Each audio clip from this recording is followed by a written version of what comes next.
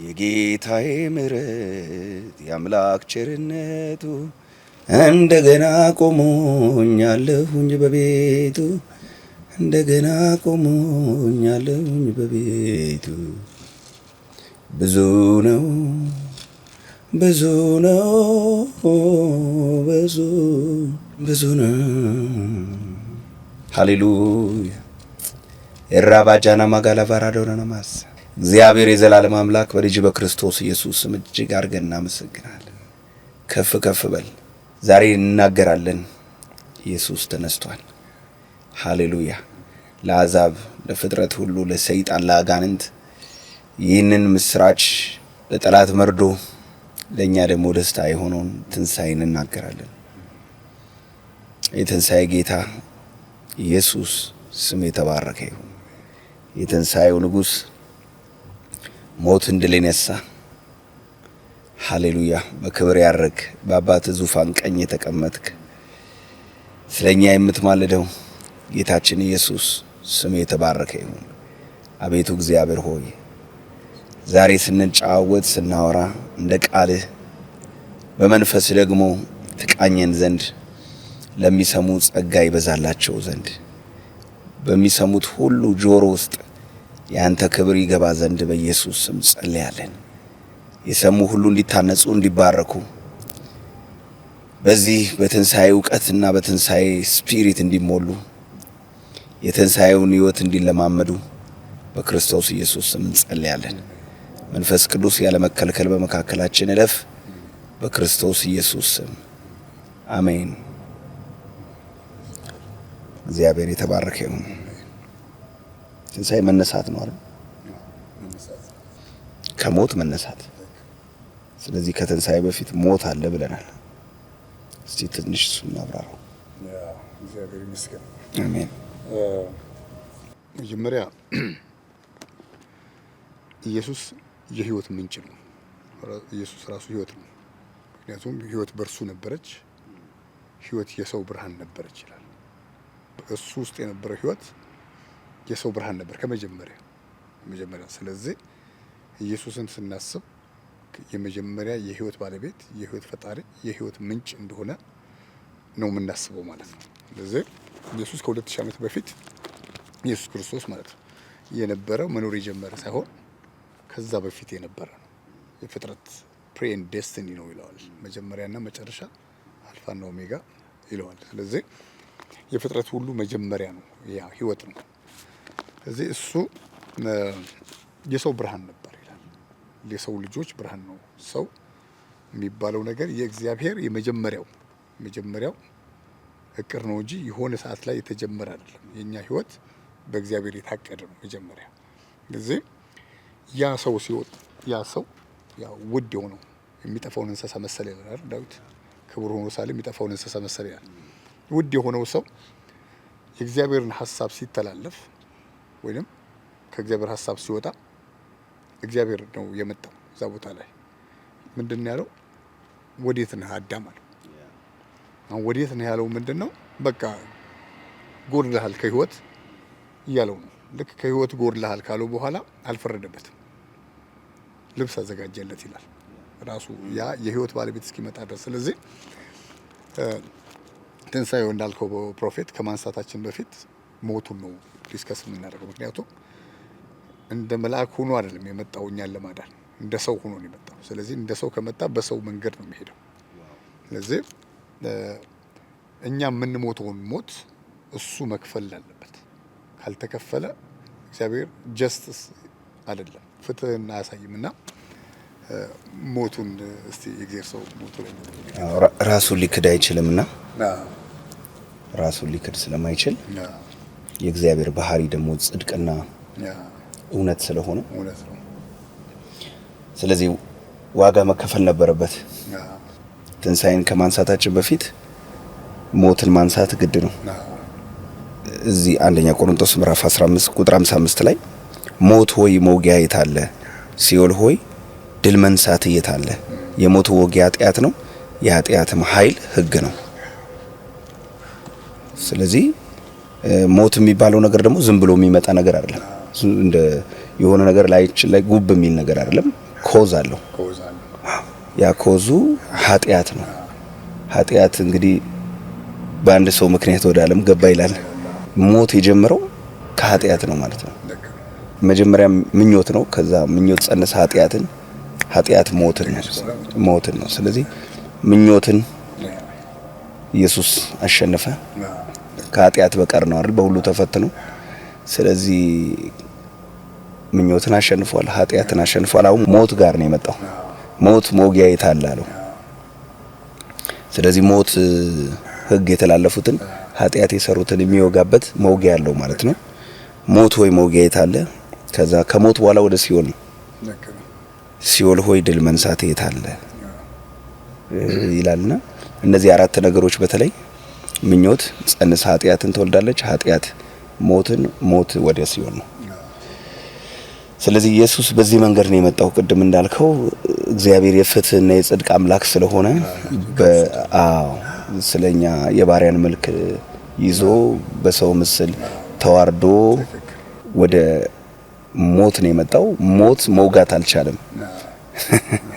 ሞጊያ የለውም። ምክንያቱም የሞት ሞጊያ ኃጢአት ነው ይላል። የኃጢአትም ኃይል ሕግ ነው ይላል። እንግዲህ ቀይ መስመር ነው አይደል? ቀይ መስመርን ካለፍክ ሕግ ተላልፋል። ስለዚህ ሕግ ነው እና በሕግ ነበረ ሰው ኢየሱስ ሕግን ፈጽሞ ነው የመጣው። ስለዚህ ሲኦል ግመት ሲመጣ ሲኦል ደግሞ እንደዚህ አይነት ሰው አይቶ አያውቅም። ጻድቅ ኃጢአት የሌለበት በምኞት ያልተፈተነ የእግዚአብሔር ልጅ ብርሃን የሆነ ስለዚህ ሲኦል ድል ተነሳ። እሱ በመነሳቱ እኛንም አስነሳን። ትንሣኤ ውስጥ እነዚህ ነገሮች ተፈጽመው ነው። ያ እግዚአብሔር ይመስገን። በጣም ቆንጆ፣ በጣም የሚገርም ነገር ነው እየተናገርክ ያለው የእግዚአብሔር ሰው። ሞት ሆይ መውጊያ የት አለ ይለዋል። እና አሁን መውጊያ የት አለ የሚለው ይሄ እንትን እኮ ነው። ለምሳሌ ወታደሩ የት አለ ሽጉጡ የምትገድልበት እንደማለት ነው። ለምንድን ነው ሲባል አሁን ንብ መጀመሪያ ሄዶ ይነድፈዋል አንዱን ሰው አይደል? ከነደፈው በኋላ ንቡ ድጋሚ መንደፍ አይችልም። ዋን ታይም ነው ኢንጀክት ማድረግ የሚችለው። ልክ እንደዚህ ነው። ሞት አንድ አቅም ነበሩ ኃጢአት የሚገድልበት ማለት ነው። እሱን ቀጥታ ሄደና ኢየሱስን ነው የነደፈው። ስለኛ ኃጢአት ሆነ ይላል አይደል? ኃጢአት ቆሮንቶስ ላይ ሁለተኛ ቆሮንቶስ 5:1 ላይ he became sin ይላል። እንደዛ ነው ኃጢአት ሆነ፣ ስለኛ ኃጢአት ሆነ ይላል። እና ኦልሬዲ ሞት መጣና ኢየሱስን ነው የወጋው። ከወጋው በኋላ ሞት አሁን ሌላ የሚወጋበት የለም። አሮንን ሄዶ የሚወጋበት ፕሮፌትን ሄዶ አይችልም። በቃ እንትኑን ጨርሷል። ሕጉ ተፈጸመ ነው መርዙን በቃ እንዴት ሃሌሉያ። የሚገርመው ልክ እሱን ሄዶ ሲወጋው ሀፕን ያደርጉ ነገሮች አሉ እዛ ቦታ ሀፕን እዛ ቀራኒው ላይ እዛ የራስ ቅል የሚባለው ቦታ ላይ አለ። የመጀመሪያው ፀሐይ ከለከለ እንትኑ ይላል፣ ጨረቃ ወደ ደም ተቀየረ ይላል አይደል? እንደገና መቃብሮች ተከፈቱ፣ ሙታን ታዩ፣ ቅዱሳን ሰዎች ወደ ቅዱስ ከተማ ትንሣኤ ሆነ ማለት ነው። እና ሰምቲንግ ሼክ አድርጓል። ምክንያቱም አንድ ጊዜ የሚገርመው የኃጢአት ካራክተር አዳም ለምሳሌ አንድ ማስተር ሲዲ ላይ ስክራች ካለው የሚባዛው ሁሉ ያን ስክራች ይዞ ነው ሁሌ እንትን ቢል ካለ ማለት ሲያልፍ ሚሊየን ቢባዛ ይዛ ቦታ ላይ ሲደርስ በቃ ስለዚህ ማስተር ፒሱ ነው የተበላሸው መጀመሪያ አይደል? አዳም እንትን ሲል ማስተር ፒሱ ነው። ስለዚህ የሰይጣን አቅም በሙሉ አምጥቶ አዳም ላይ ነው እንትን ያለው። ስለዚህ የነበረውን ኦቶሪቲ ወስዶ የነበረውን ህይወት ወስዶ ምንድን ነው የሰጠው? ሞት ነው የሰጠው። ያንን ሞት ነው ክርስቶስ ኢየሱስ ጉልበቱን ይወሰደበት። ስለዚህ ኢየሱስ the same thing ማስተርፒሱ ነው ለአዲሱ ዲስፔንሴሽን ለክሪስት ዲስፔንሴሽን ለምንኖርበት ዘመን ማስተርፒስ ሆነ። ስለዚህ ከክርስቶስ በመባዛታችን በመወለዳችን ምክንያት ነው ንጹህ የምንሆነው። ለዚህ ነው ኢየሱስ ክርስቶስ ያንን ፍትህ ለማድረግ ቀራኒዮ ላይ እንትን የሰራው ማለት ነው። ከክርስቶስ ሞት ወዲህ ተብሎ እንትን ማርክ የተደረገበት ሪዘኑ ምንድነው? አዲሱን ሰው ለመስራት ነው። አዲሱን ሰው ደግሞ ሲሰራ ከሁለቱ ነው ሰራ የሚለው መጽሐፍ ቅዱስ ኤፌሶን ላይ ከአህዛብና ከአይሁድ ሕግ ከሌለውና ሕግ ካለው ምንም በራሱ የሚመካና ምንም ከማይመኩ መካከል ከሁለቱ አንድ አዲስን ሰው ፈጠረ ይላል። ያ የፈጠረው ሰው የሱ አይነት ነው እና ያ ደግሞ በትንሣኤ የሆነ ነው። እግዚአብሔር ይመስገን። በጣም ልብ የሚነካ ነው። ምክንያቱም ኢሳይያስ 53 ላይ በእውነት እርሱ ደዌያችንን ተቀበለ። ለካ ደዌያችንን ተቀብሎ ነው ህመማችንን ተሸክሞ ነው የዓለምን ኃጢአት ሁሉ አይደለም የተሸከሙ የሚያስወግድ የእግዚአብሔር በግ የሚያስወግደው ይዞት ነው። አዎ ሁሉንም ተሸክሞ ነው። በቃ አንድ ጊዜ የሁላችንንም በደል በእርሱ ላይ አኖረ እና ተሸከመ እና እንደሚታረድ በግ ሆነ። ከዛ በኋላ በእርሱ ቁስል እኛ ተፈወሰና ይሄ ቅድም ያልከው አንድ መውጊያ ነበረ ሰይጣን የነበረው እንደ ንቧ በቃ ኢየሱስ ላይ አደረገው። ሁልጊዜ ኢየሱስ ሲጸልይ ሁልጊዜ እንደምትሰማኝ ያውቃለሁ ብሎ እንጀራውንም ሲያበዛ ምንም አሳውንም የሚጸልየው ጸሎታል እና ሁሌም እግዚአብሔር እንደሚሰማው ያውቃል።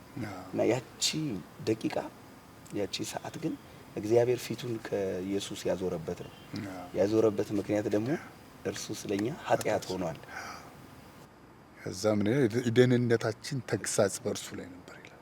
እኛ እንድንድን ተግሳጹ እሱ ላይ ነበር እና እሱ ላይ ነበር። እግዚአብሔር ቁጣ የበረደው በክርስቶስ በቃ እግዚአብሔር የመጨረሻውን ቁጣውን በኢየሱስ ላይ ያሳረፈ። አይገርም? ለዚህ ነው ወደ እንትን መስቀል ላይ እየሄደ ከመሞቱ በፊት ፓሽኑ ከተያዘ በኋላ ሊያዝ አካባቢ ገብቶታል። ኢየሱስ ሊያዝ አካባቢ እንደሚያዝ ገብቶታል። በአባቱ ፊት ጸለየ ይላል ጌተሰማኒ ላይ። የጸለየበት ትልቁ ሪዝን መሞት አይደለም፣ አሟሟቱ ነው ማለት እንጨት ላይ መሰቀልም አይደለም። ኃጢአት ያላወቀ ነው።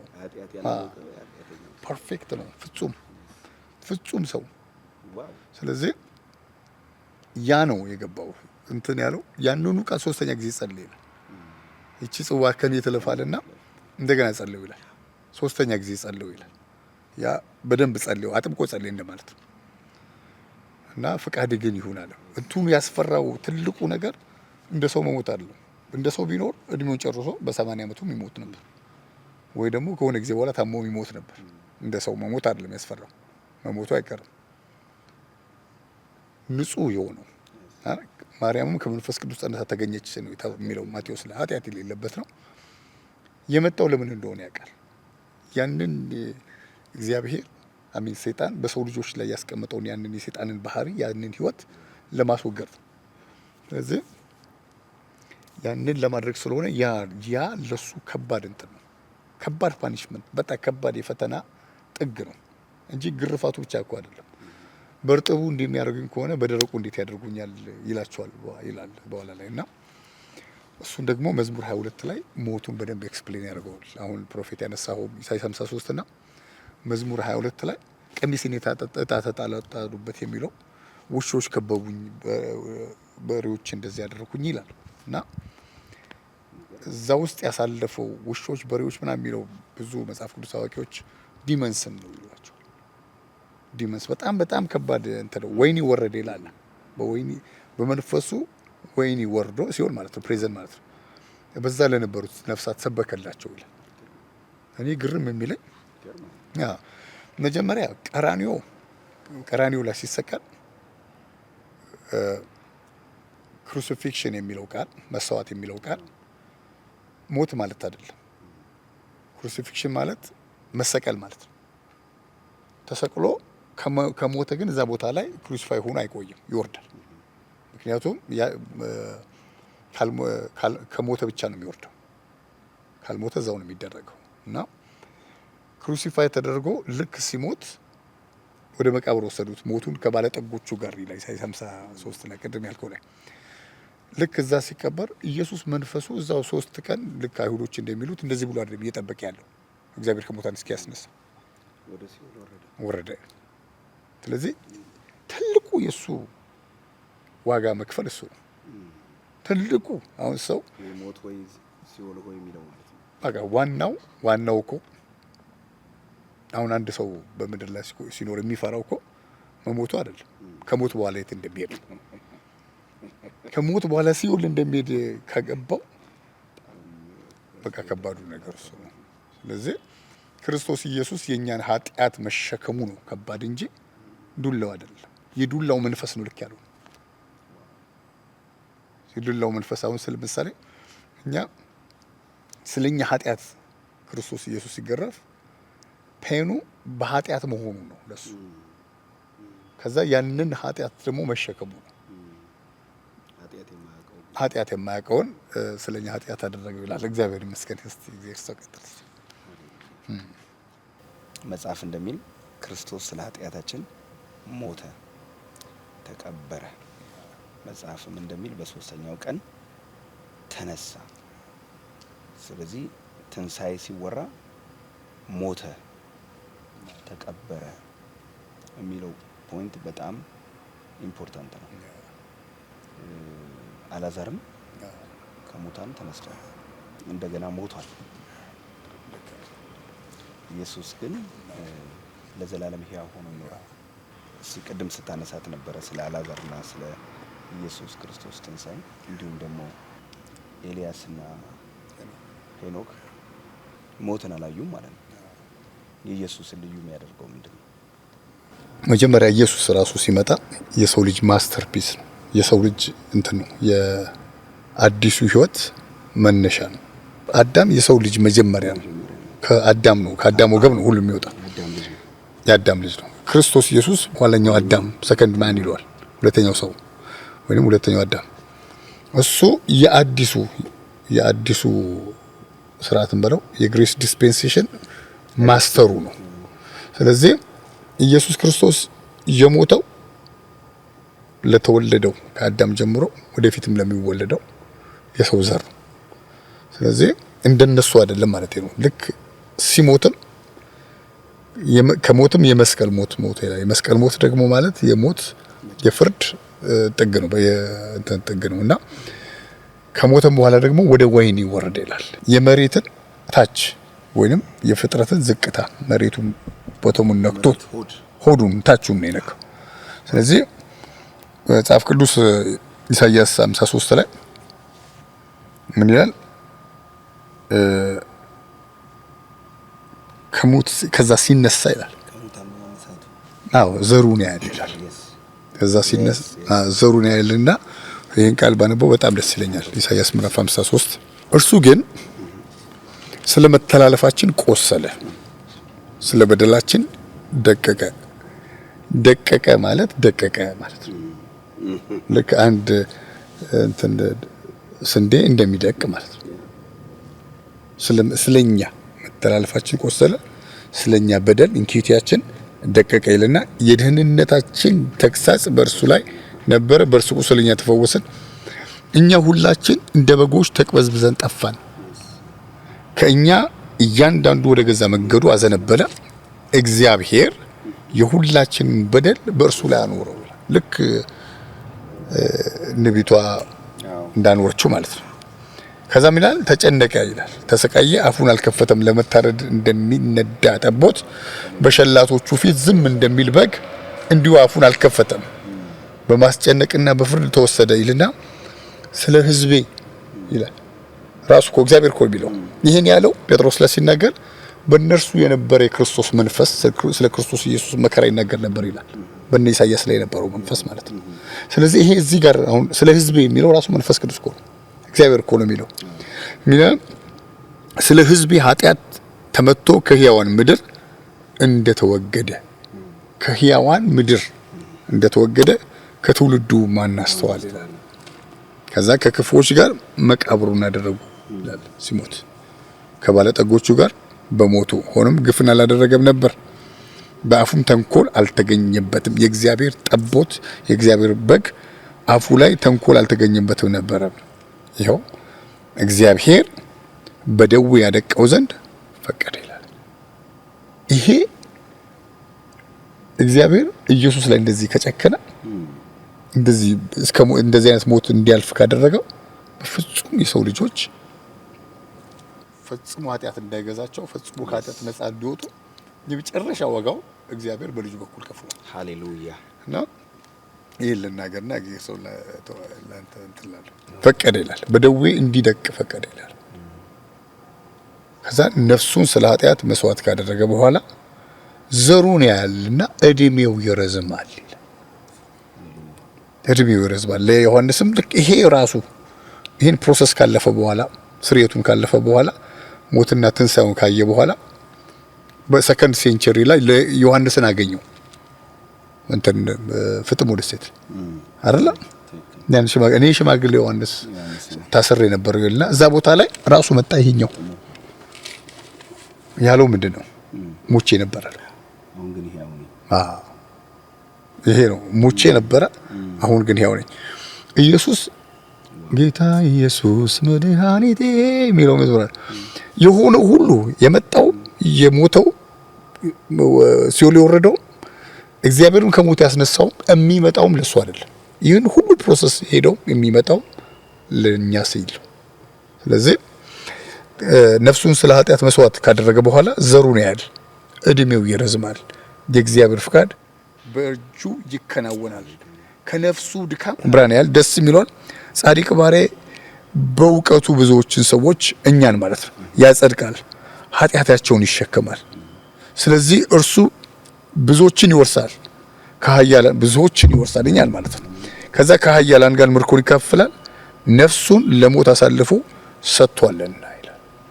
ስለዚህ ሪዘሬክሽን የሚባለው ትንሣኤ የሚባለው ነገር ከሞት በኋላ ያለ ውጤት ነው ወይንም ውጤቱ ነው።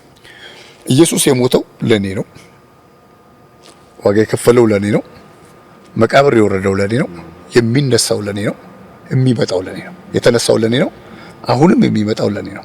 ኢየሱስ ጌታ ነው። አሜን። እግዚአብሔር ይመስገን። በጣም ድንቅ ነው ፓስተር። የፊተኛው ከመሬት ነው፣ መሬታዊ ነው። ሁለተኛው ግን ከሰማይ ነው። ሁለተኛው ሰው ከሰማይ ነው። ስለዚህ ተነሳ የምንለው አሁን እኛ በሙታን ትንሣኤ እናምናለን አይደል?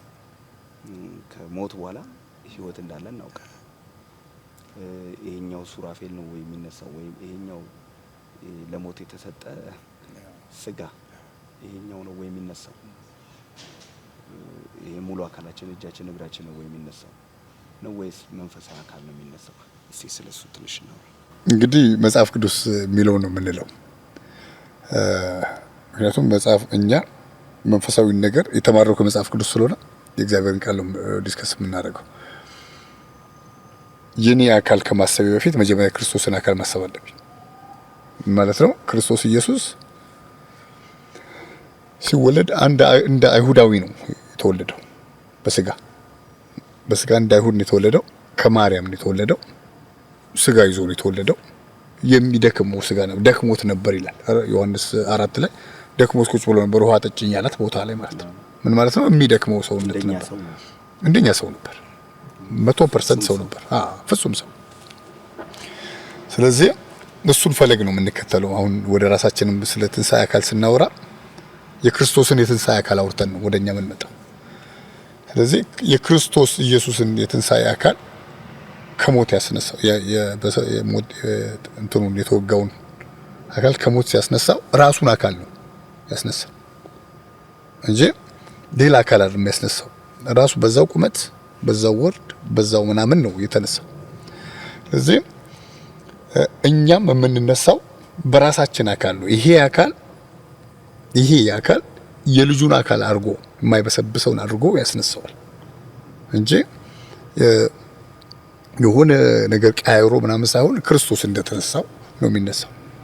ክርስቶስ ከሙታን አሁን ለምሳሌ ዳግም ሲመጣ ራሱ ነው የሚመጣው አይደል? ለዚህ እኮ ነው ማርያም ጋር ከሞት ከተነሳው ማርያም ሽቶ ይዛለት ሄደች አይደል? አትክልት ሰሪ መስሏት ካገኘው ንገረኝ አለችው ይላል። ምን ማለት ነው? ጀስት ሂውማን ቢንግ በቃ እንደ ሰው ነው የሚታየው። ልክ ወንድማችን እንደምናየው እንደዚህ የሚታይ ነው ክርስቶስ። ፍጹም ሰው ነው፣ ፍጹም አምላክ ነው። በእግዚአብሔርነቱ በአምላክነቱ ሂዝ ኦምኒፕሬዘንት፣ ኦምኒፖተንት፣ ኦምኒሸንት ነው። በሰውነቱ ደግሞ ሊቀ ካህን ነው። ስለኛ ኃጢአት ይታያል። ዋጋው ትኩስ ነው። በሰማይ ፍሬሽ ነው። እንደውም ስለ ክርስቶስ ሞት ሲታሰብ እኛንን ከ2000 ዓመት በፊት ኢየሱስ ሞተ የምንለው ሰማይ እንደዛ አይልም። መላእክቶችም እንደዛ አይሉ። ኢየሱስ አሁን ነው የሞተው በሰማይ ለመላእክቶችም አሁን ነው የሞተው፣ ለእግዚአብሔርም አሁን ነው የሞተው። ደሙም ትኩስ የሆነበት ምክንያት 2000 ዓመት የሚባለው ለሰው አይምሮ ነው። ከፀሐይ በታች የተፈጠረ ነገር ነው ጊዜ እንጂ ኢየሱስ አሁን ነው የሞተው። አሁን ዋጋ እንደተከፈለ ነው እግዚአብሔር የሚያውቀው እንጂ ከ2000 ዓመት በፊት ኦልሬዲ ስለተከፈለ ምናምን የሚለው ነገር አለ። ተከፍሏል። አሁን ህይወት አሁን አለ በሰማይ። ስለዚህ ኢየሱስ ከሙታን ሲነሳ የተነሳው በአካሉ ነው የተነሳው፣ በሌላ አካል አይደለም የተነሳው።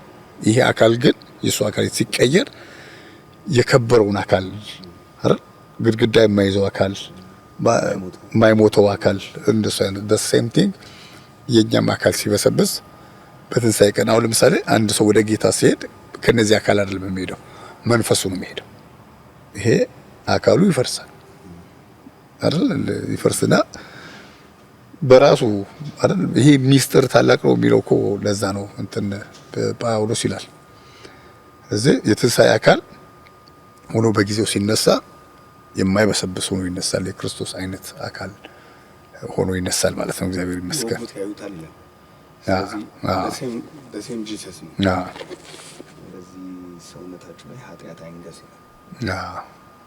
ፕሪሺየስ የመንፈስ ቅዱስ ማደሪያ ስለሆነ ምክንያቱም የማይገባኝ ነገር ጸጋ አሁን ድሮ ያለን እንዴት ነው ሲባል ሰውየው በጸጋው ምናምን ይላል። ጋስታውስክ ይሄ ማለት በዛ ኮንቴክስት ምን ማለት ነው? ደክም ያለው ማለት ነው። ኢንዳይሬክት በጣም ደክም እኔ ትህትና ነው የሚመስለው አይደለም በጸጋው ላይ መታመኑ አይደል? አይ በዛ ኮንቴክስት አይ ሌላ ነው። በእኛ በሰገሌ ጊዜ ነው ድሮ ነው በጸጋው ምናምን ሲለ በቃ እኔ የለሁም በቃ እኔ ምን እያለ ነው። ግን የበረታ የመሰለቀ ጊዜ ግን እንደሱ አይልም። ራሱ ድምፁ ይቀየራል። ራሱ ሃሌሉያ ምናምን ይላል። ሰውዬው 3 ቀን የጸደቀ ነው ማለት ነው። ምክንያቱም ከራሱ ጋር አያይዞ ከራሱ እንትን ጋር አያይዞ ነው እንትኑን የሚናገር ድምፁን ቶኑ ራሱ የሚቀየረው። ግን አንድ ሰው ይሄ የትንሳኤው ሚስጥር ሲገባ የክርስቶስ ኢየሱስ ስራ ሲገባ ግሬስ ማለት ራሱ ቃሉ አንሜሪትድ ፌቨር ማለት ነው። አረ የማይገባን ፌቨር ማለት ነው። ወይንም ደግሞ ዲቫይን ኤፊሺየንሲ ይሉታል። አረ የመለኮት አቅም ማለት ነው። የአሮን አቅም ሳይሆን የመለኮት አቅም በማን ሲባል በኔ ውስጥ። ስለዚህ ሁለት አይነት ኑሮ መኖር ይችላል። አንደኛ የትንሳኤውን ኃይል እየተለማመደ ወይንም ክርስቶስ በሱ ውስጥ እየኖረ መኖር ይችላል። ሁለተኛ ደግሞ የክርስቶስን ህይወት ዶርማንት አድርጎ ማለት ነው ኢግኖር አድርጎ በራሱ እየታገለ መኖር ይችላል። በራሱ እየታገለ ሲኖር 2 ቀን የተሳሳተ ቀን ምንድነው የሚለው ድምፁ ይቀየራል እንዳልኩ ቅድም የራሳቸውን ጽድቅ ሊያቆሙ ሲሉ ከጸጋው ስለዚህ በራሱ ነው የሚጠራው በስጋ ዳግም እንኳን የተወለደ ሰው 2 አይነት ኑሮ ሊኖር ይችላል። አንደኛ እንደ ጳውሎስ ኖት አይ በት ክራይስት ይላል። እኔ አይደለሁም እሱ ነው በእኔ ውስጥ የሚኖረው ይላል ገላትያ ላይ። አንዳንዱ ደግሞ እሱን ዶርማንት አድርጎ በሰውየው በራሱ ትግል ይኖራል። በራስ ትግል ሲኖር ሁልጊዜ በራስ ትግል መኖር ምናት መሰለ አሁን አንድ ድካም የሰውየው የህይወት ድካም አለው። ለምሳሌ የህይወት ድካም በጉልበት አይቆምም። ምክንያቱም የሚቆመው በእግዚአብሔር መንፈስ ነው። በእግዚአብሔር ጸጋ ኃጢአትን ስለመተው ነው ይላል መጽሐፍ ቅዱስ። ጸጋን ኤክሰርሳይዝ በትንሳኤ በኩል ያገኘ ነው። በክርስቶስ ችሮታ ያገኘ ነው አይደል? በክርስቶስ ችሮታ ማለት ምን ማለት ነው? አሁን መንፈስ ቅዱስ ጴጥሮስ ላይ ቅድም ሲናገር እንደነበረው እላያቸው ላይ መጥቶ እየተናገረ ይሄዳል። በክርስቶስ ኢየሱስ ሞትና ትንሳኤ ያችን ቦታ የእግዚአብሔርን ሐሳብ ሲፈጽም የእግዚአብሔር ፍቃድ በእጁ ሲከናወን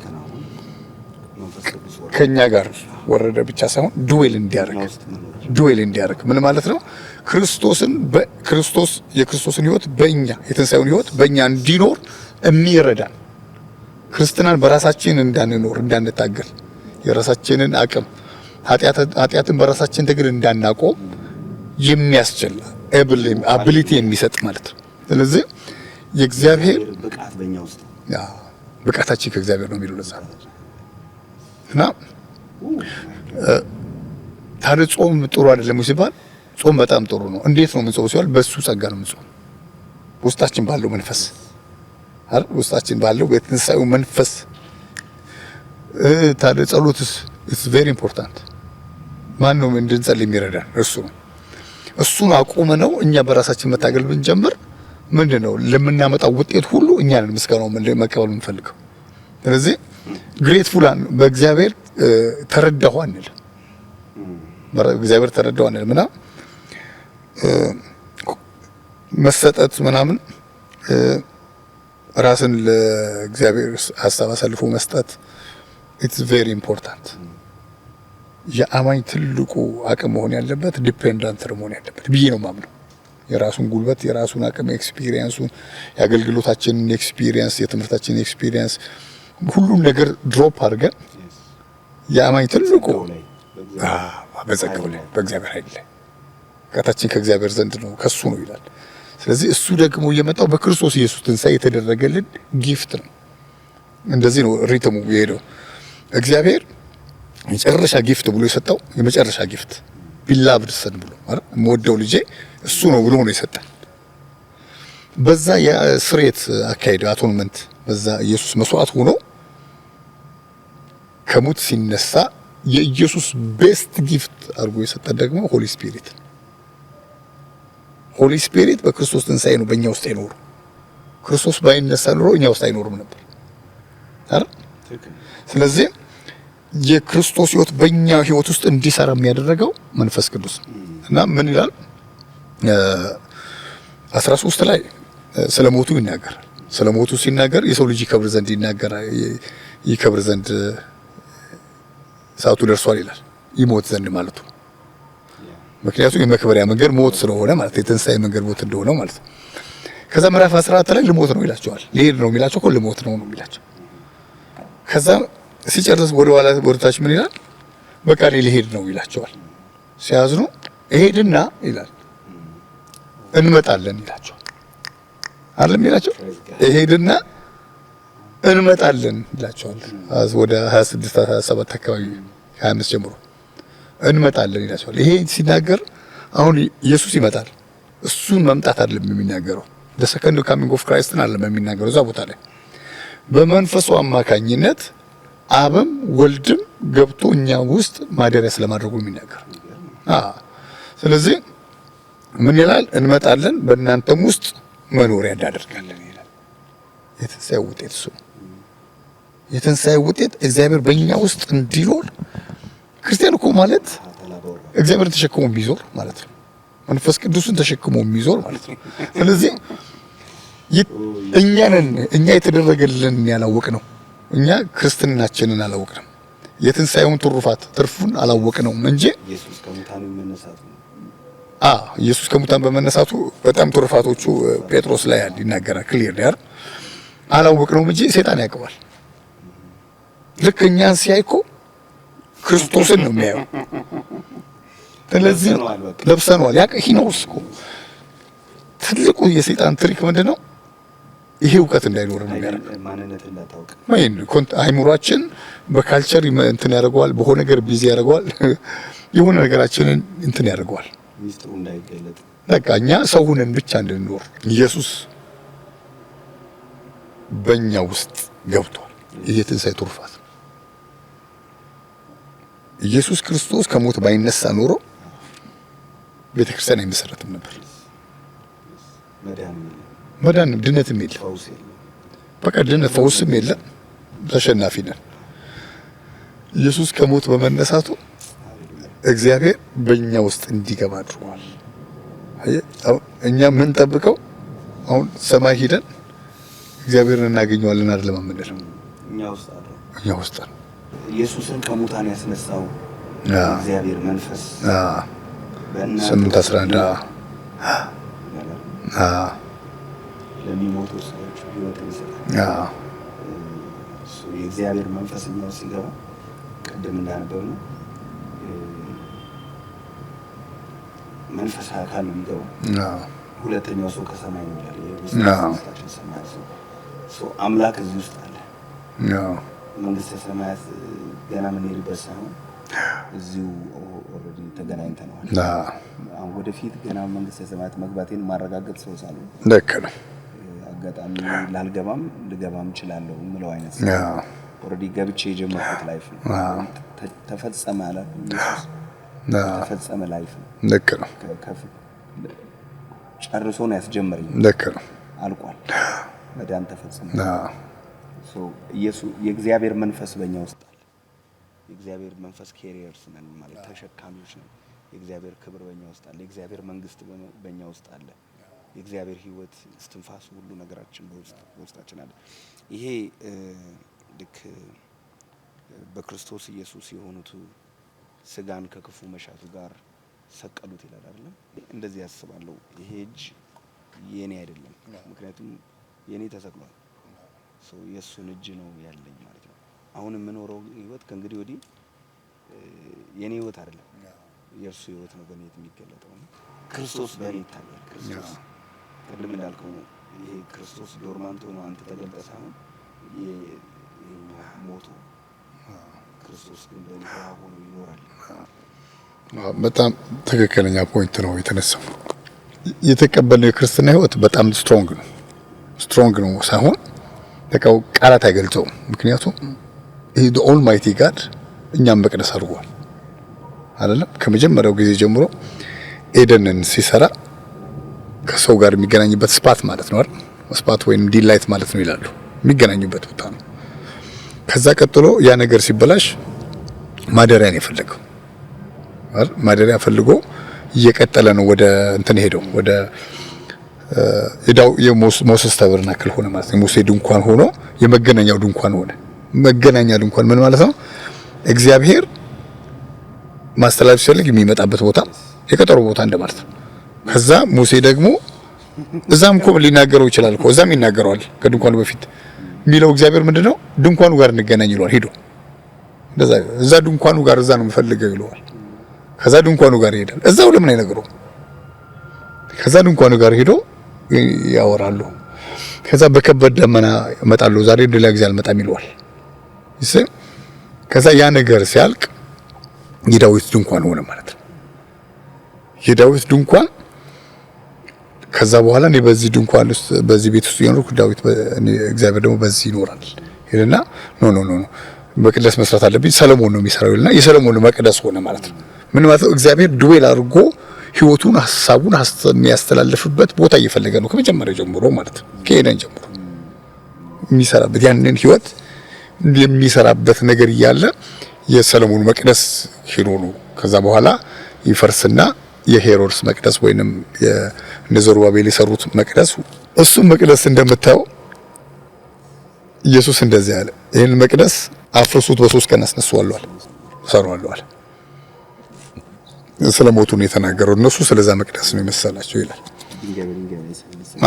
ከዛ በኋላ ኢየሱስ ክርስቶስ ሲሞት በቀደም ካነሳናቸው ከሆነው ነገር መካከል አንደኛው የቤተ መቅደስ መጋረጃ ከታች ወደ ላይ አይደለም የሚለው ከላይ ወደ ታች ተቀደደ ነው የሚለው። ተቀደደ ይላል። ከዛ በኋላ ምን ማለት ነው? ኖ ሞር ፕሬዘንስ ማለት ነው ዜር። ከዛ በኋላ ዱዌል የሚያደርግበት ቦታ ነው የፈለገው። ያ ዱዌል የሚያደርግበት ማደሪያው ደግሞ ኢየሱስ ከሞት ሲነሳ በሞትን አብሮ ዘሩን ያያል ይላል። ስለዚህ እንሄዳለን አይደል? ዮሐንስ 14 ላይ ቁጥር 26 አካባቢ እሄዳለሁ እንመጣለን በእናንተም ዘንድ መኖሪያ እናደርጋለን አለ። ምን ማለት ነው? እኔን ቤት አደረገው ማለት ነው። እኔን መቅደስ አደረገ ማለት ነው።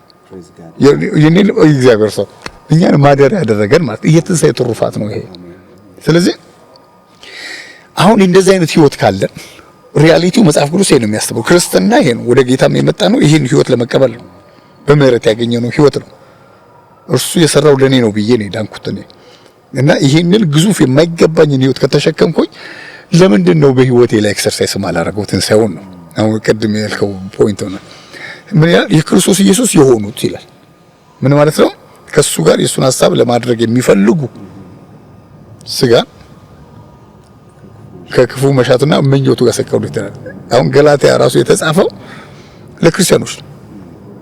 ለክርስቲያኖች ነው አይደል?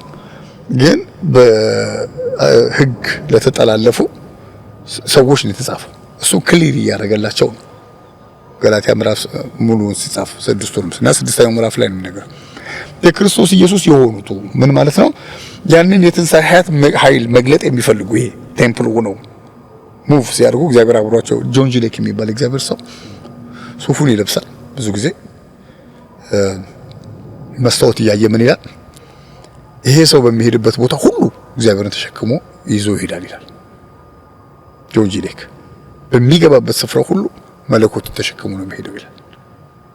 እና ያው የሰራው ዓለም የሚያውቀውን ታሪክ ነው የሰራው። ከዛ በኋላ እንደዚህ አይነት ህይወት የተቀበለ ሰው ታዲያ እንዴት ነው የሚያደርገው ሲባል የሆኑቱ ስጋን ከክፉ ምኞቱና መሻቱ ጋር ሰቀሉት። ክሩሲፋይ ያደረጉት ነው የሚለው። ገደሉት አይልም፣ ሰውት ይላል። ምን ማለት ነው? የሆነ ቀን እንደገና ለማስቸገር ይሄዳል።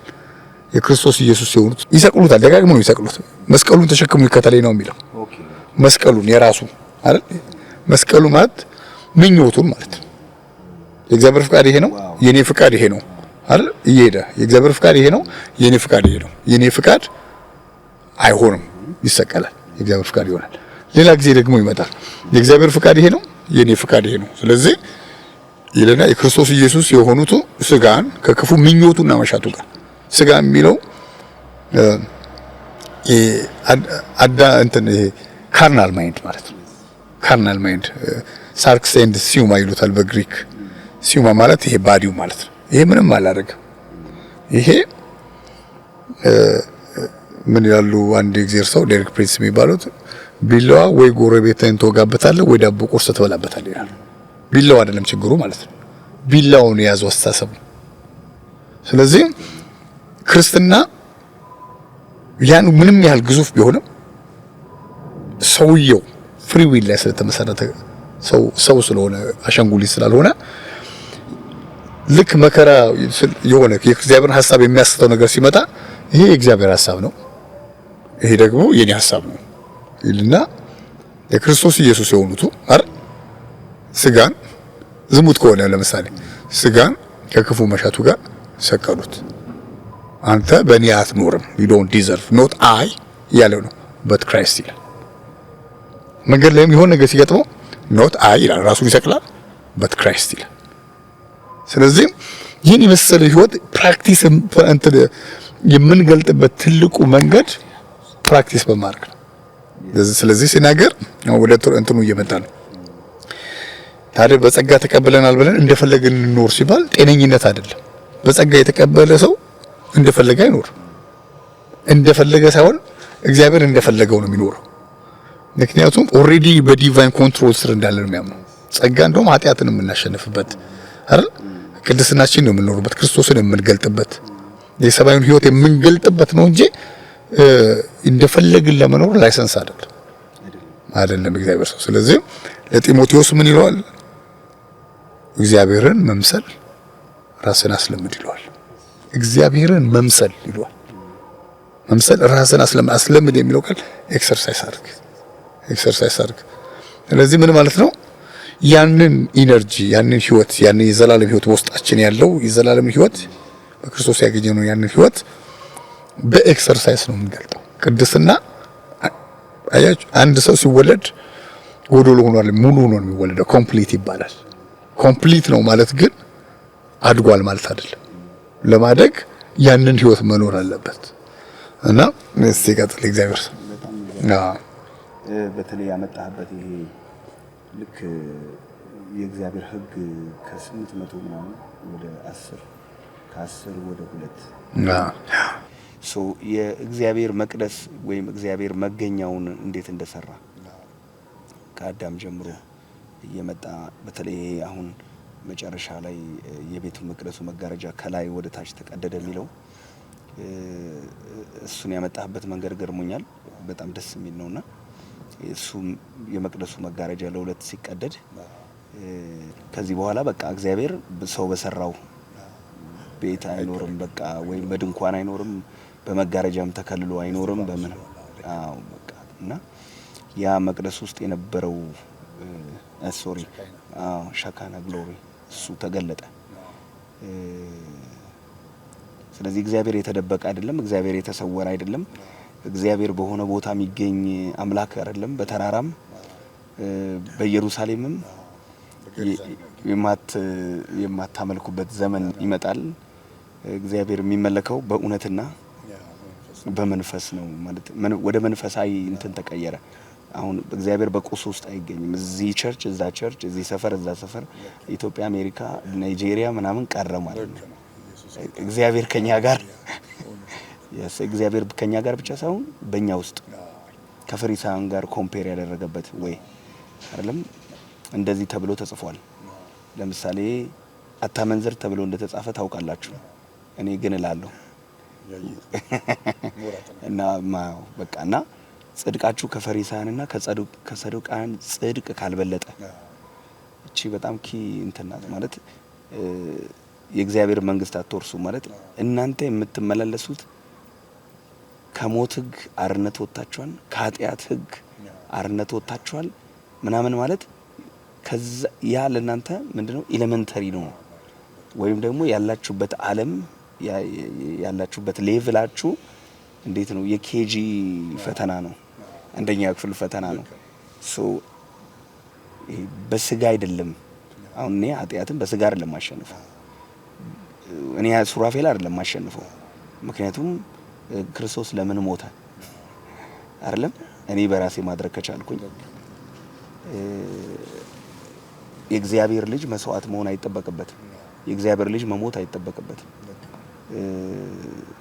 ኢየሱስ በመስቀል ላይ የከፈለውን ያንን ስቃይ እና ዋጋ መክፈል አይጠበቅበትም። እኔው ራሴ ተጣጥሬ አደርገው ነበር። እኔ ማድረግ አልችልም። እኔ ሰይጣንንም ማሸነፍ፣ ኃጢአትንም ማሸነፍ፣ ሞትንም ማሸነፍ በእኔ አልችልም። ነገር ግን የሱ መንፈስ the spirit that raised Jesus Christ from the dead እና ያ እኔ ውስጥ ድዊል ስላደረገ እኔ ውስጥ ስለገባ በውስጤ ስላለ ኃጢአትን የማሸንፍበት ብቃት ነው። በቅድም ስለ ግሬስ ስታወራ ነበር፣ በጣም ደስ እያለኝና ይሄ ጸጋው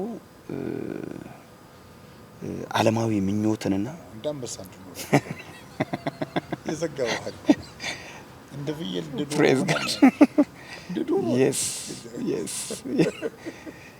yes እና ዓለማዊ ምኞትን ሁሉ ነው እኮ ነቀለው። ባይ ዘ ወይ ነቅሎልን ነው እኮ ጌታ ኃጢአተኝነት ዓለማዊ ምኞትን ሁሉ የሚያስክድ በቃ እንድንክደው አደረገ ማለት በቃ አለ እኮ ግን ክደነዋል።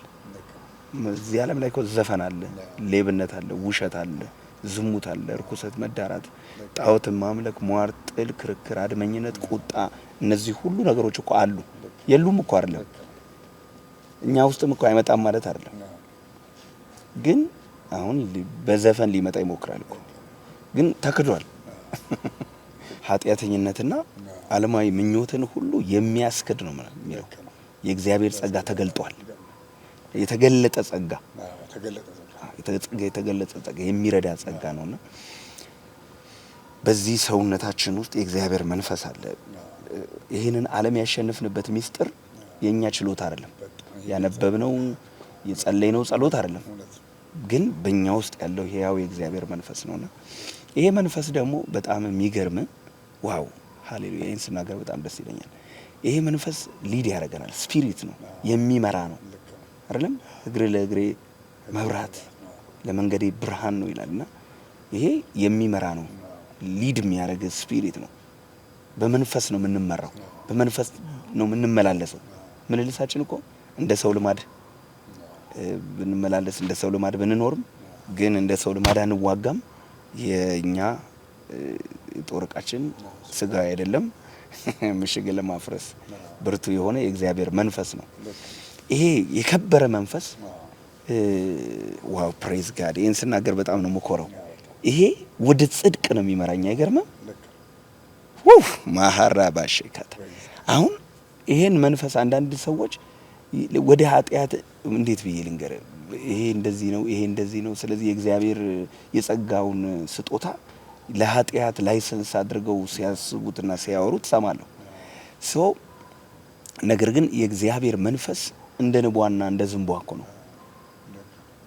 እና የእግዚአብሔር መንፈስ ወደ ጽድቅ፣ ወደ እውነት፣ እግዚአብሔርን ወደ መፍራት አይደለም፣ ወደ ቅድስና፣ ወደ ፍሎሪሽ ወደ ማረግ፣ ወደ መስፋት፣ ወደ መለምለም፣ ወደ ሕያውነት ነው የሚቀይረ እንጂ ወደ ሞት አይወስደኝም።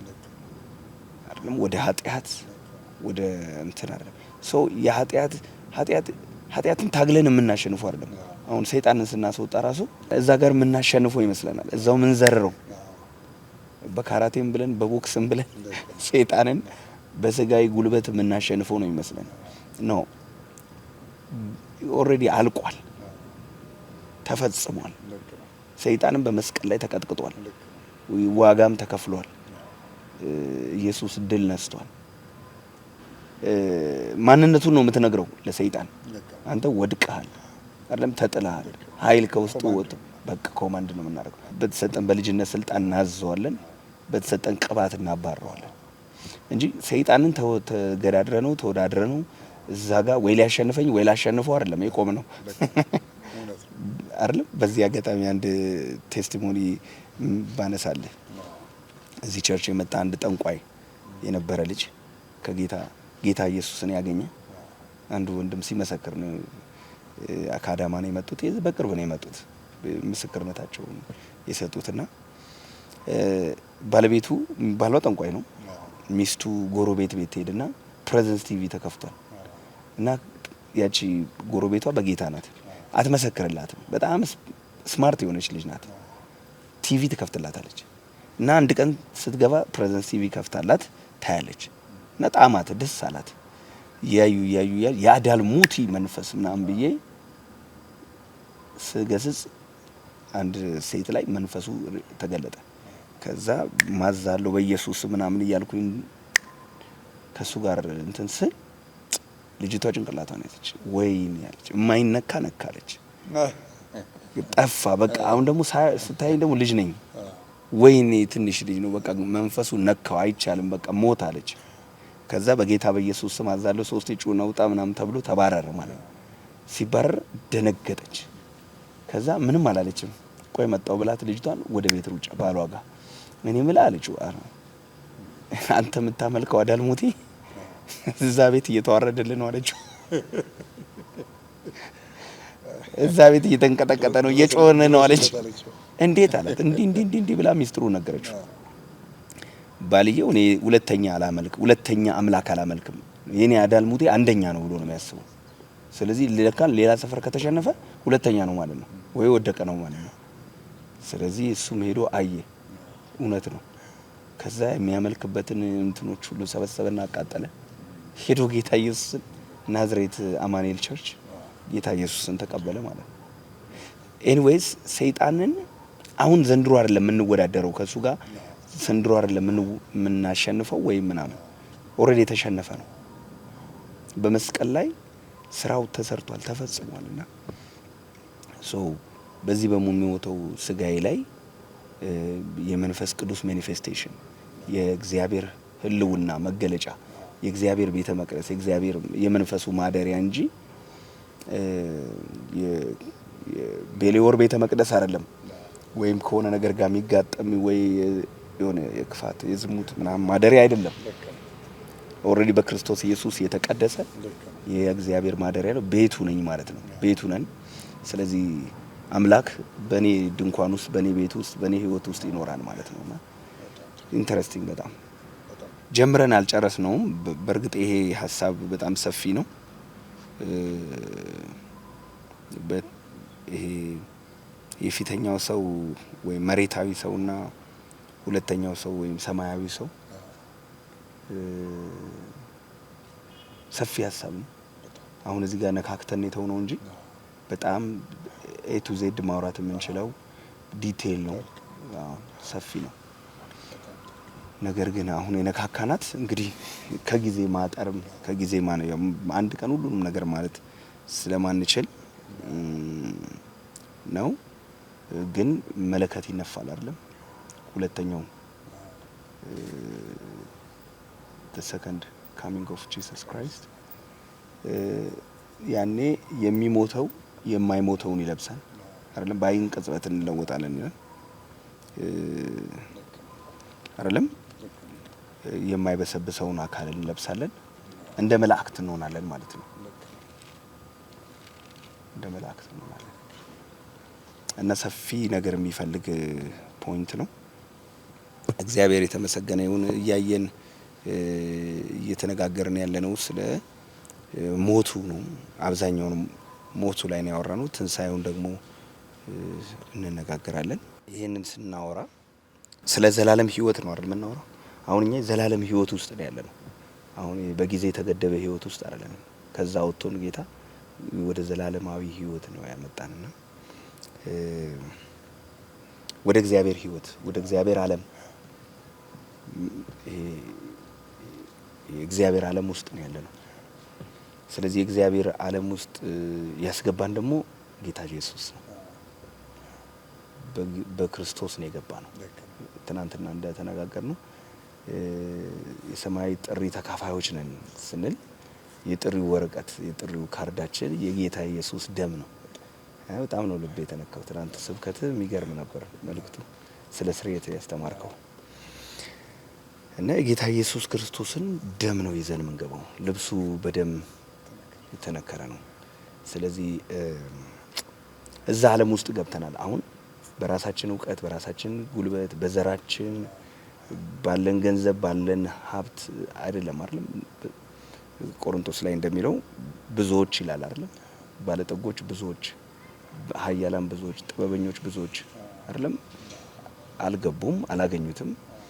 ግን ኃያላንን ወይም ደግሞ ጠቢባንን ያሳፍር ዘንድ እግዚአብሔር ያለምን ሞኝ ነገር መረጠ፣ የሚሆነው እያለ የማይሆነውን መረጠ ይላልና በቃ ይሄ ምርጫ ጉዳይ ነው። እግዚአብሔር መርጦን እዛ ዓለም ውስጥ ከቶናል። አሁን ያለነው ወይ የገባንበት ዓለም በእኛ ወይ በስጋና በደም አይደለም፣ በእግዚአብሔር ነው የገባነው። ሶ እግዚአብሔር ብርሃን ነው ይላል አንደኛ ዮሐንስ ምዕራፍ 1 ቁጥር 5 ላይ እግዚአብሔር ብርሃን ነው፣ ጨለማም በእርሱ ዘንድ ከቶ የለም የምትል ይህች ናት ይላል። ከሱ ጋር ህብረት አለን ብንል በጨለማ ብንመላለስ እንዋሻለን፣ እውነትንም አናደርግም። ነገር ግን እሱ በብርሃን እንዳለ በብርሃን ብንመላለስ እያንዳንዳችን ህብረት አለን። የልጁ የኢየሱስ ክርስቶስ ደም ከኃጢአት ሁሉ ያነጻናልና እና ኦፍ ኮርስ በብርሃን ዓለም ውስጥ ነው ያለነው፣ በእግዚአብሔር ዓለም ውስጥ ነው ያለነው። ከእግዚአብሔር ጋር ህብረት አለን። ደግሞ የተሸከምነው ስጋ አለ። ቅድም እንዳወራኸው በክርስቶስ የሆኑት ስጋን ከክፉ መሻቱ ጋር እና ከምኞቱ ጋር ሰቀሉት ቢለው ያው እለት እለት መስቀሉን ተሸክመው የሚሄዱ ዴሊ ፕሮሰስ ነው። ስለዚህ ሁልጊዜ ምርጫ አለ። ሁልጊዜ ያንተን ፍቃድ ይጠይቃል አይደለም? ሁልጊዜ ነው ፈተናው። በየቀኑ በየሰዓቱ በየደቂቃው ነው ሰይጣን የሚፈትን፣ ስጋ የሚፈትን፣ ምኞትም ዓለምም ሁሉ ነገርና በየደቂቃው ነው ያንተ ውሳኔ። በየደቂቃው ነው ክርስቶስን የምትከተለው። መስቀሉን ተሸክመ እለት እለት ነው የሚለው፣ ዴሊ ነው። ስለዚህ ያ ማለት ከስጋ ተለይተ አሁን በመንፈስ ነው ማለት አይደለም። ስቲል በዚህ በሚሞተው ስጋ ውስጥ ነው አይደል የከበረ መንፈሱን ያስቀመጠው፣ ወይም በዚህ ሸክላ ውስጥ የከበረ መዝገብ። ሸክላ ማለት አሁን ትንሽ ሳንቲም እንኳን ለማስቀመጥ እኮ በብረት ነው የምናሰራው፣ ካዝና እንዲህ ሰው ማያነሳው እና እሳት የማያቃጥለው ምናምን ነው ትሬዠሮች የምናስቀምጠው፣ እነዚህ ፕሪሺየስ የሆኑ ነገሮች የምናስቀምጠውና ይሄ ግን በሸክላ ውስጥ የተቀመጠ መዝገብ ነው። ሰው ጥንቃቄ ይሻል ማለት ነው። ኢዚሊ ኮንታሚኔትድ ሊሆን ይችላል አይደለም? መንፈሱ ሊቀላቀል ይችላል። እኛ መንፈስ እንደሚቀላቅሉ አይደለም ምናምን ይላል።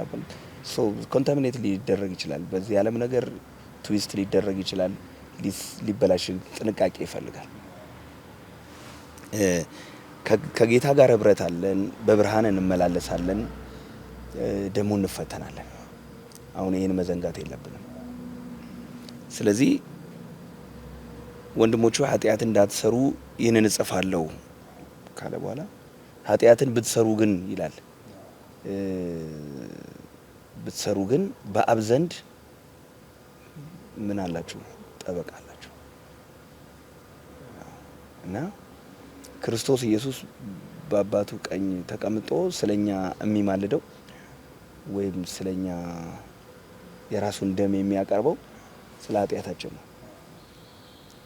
የተፈጸመም ቢሆን ተፈጽሞ የተጀመረ ደግሞ ነው እና በተለያየ መንገድ ውስጥ እናልፋለን። ውድቀቶች ይኖራሉ፣ ስብራቶች ይኖራሉ። ህይወት አፕ ኤንድ ዳውን አይደል? ላይፍ እንደዛ ነው። ስሙዝ አይደለም። ጌታችን ያልተፈተነው አይነት ፈተና የለም። በሁሉ ተፈትኗል ይላልና ለዚህ ነው ሊራራልን የማይችል ሊቀ ካህን የለንም የሚለው። በድካማችን የሚራራ ነው እንጂ ሊራራልን የማይችል አይደለም። ወይም ደግሞ ህይወቱን የማያውቅ አሁን አንዳንድ ነገሮች አንተ ካላለፍክበት አይገባም። መራብ ረሃብን አሁን የአንዳንዳችን ዴፊኒሽን ይለያያል። የመጣንበት መንገድ የሚያስተምረን ነገር አለና የዳቦ ሪቮሉሽን እንግሊዝ ላይ ተነስቶ ሚስቱ ትሁን ልጁ አላውቅምና የኩዊኗ የምትመስለኛለች ወይም ደግሞ ልጅ ለምን ኬክ አይበሉም የሚል አመለካከት አለው እና አንዳንዱ ደግሞ ሰው ተርቦ ሲያይም ያለቅሳል። ዴፊኒሽናችን ይለያያልና ኤኒዌይስ ሊራራልን የሚችል ሊቀ ካህን ነው ያለን። ሊቀ ካህናችን ሞትን ያውቀዋል እና በሞት ውስጥ ስናልፍ ከኛ ጋራ ነው። በሞት ጥላ መካከል ቢሄድ አንተ ከኔ ጋር ነህ እንዳለው ዳዊት ያውቀዋል። እግዚአብሔር ይራራል። የእግዚአብሔር ልጆች ነን ማለት መላእክት ነን ማለት አይደለም፣ ወይም ልዩ ፍጥረት ነን ማለት አይደለም። ሰው ነን፣ እንመላለሳለን፣ እንኖራለን፣ ፈተናዎች ይገጥሙናል፣ እንደክማለን፣ እንበረታለን። በዚህ ሁሉ ውስጥ ግን የሚረዳ ደግሞ እግዚአብሔር ጸጋ ሰጥቶናል። በእኛ ውስጥ የእግዚአብሔር ብቃት ማለት ነው። እኛም አንችለውን የሚያስችል የእግዚአብሔር ጸጋ፣ ያ ጸጋ ይረዳናል። ያ ጸጋ እንዳንወድቅ ብቻ ሳይሆን ብንወድቅ እንኳን ሊያነሳን ሊረዳን የሚችል ነው እና ሀሳቤን እንዳላሰፋውና ሌላ ቶፒክ ውስጥ እንዳልገባ በአብ ዘንድ ጠበቃ አለን። ዋናው እሱ ነው። ልጆቹ ኃጢአት እንዳትሰሩ፣ ኃጢአትን ብትሰሩ ግን ማለት እንዴት ነው? ሌላ አይነት አይደለንም፣ ራሳችንን። በእኛ ውስጥ ክርስቶስ ግን አደረ። በእኔ ሁኔታ፣ በአንተ ሁኔታ እና በእኛ ሁኔታ ውስጥ ክርስቶስ በውስጣችን አደረ። በብዙ ነገር ውስጥ እናልፋለን እና ብንሳሳት፣ ብንደክም፣ ብንወድቅ አይደለም ኃጢአትን ብናደርግም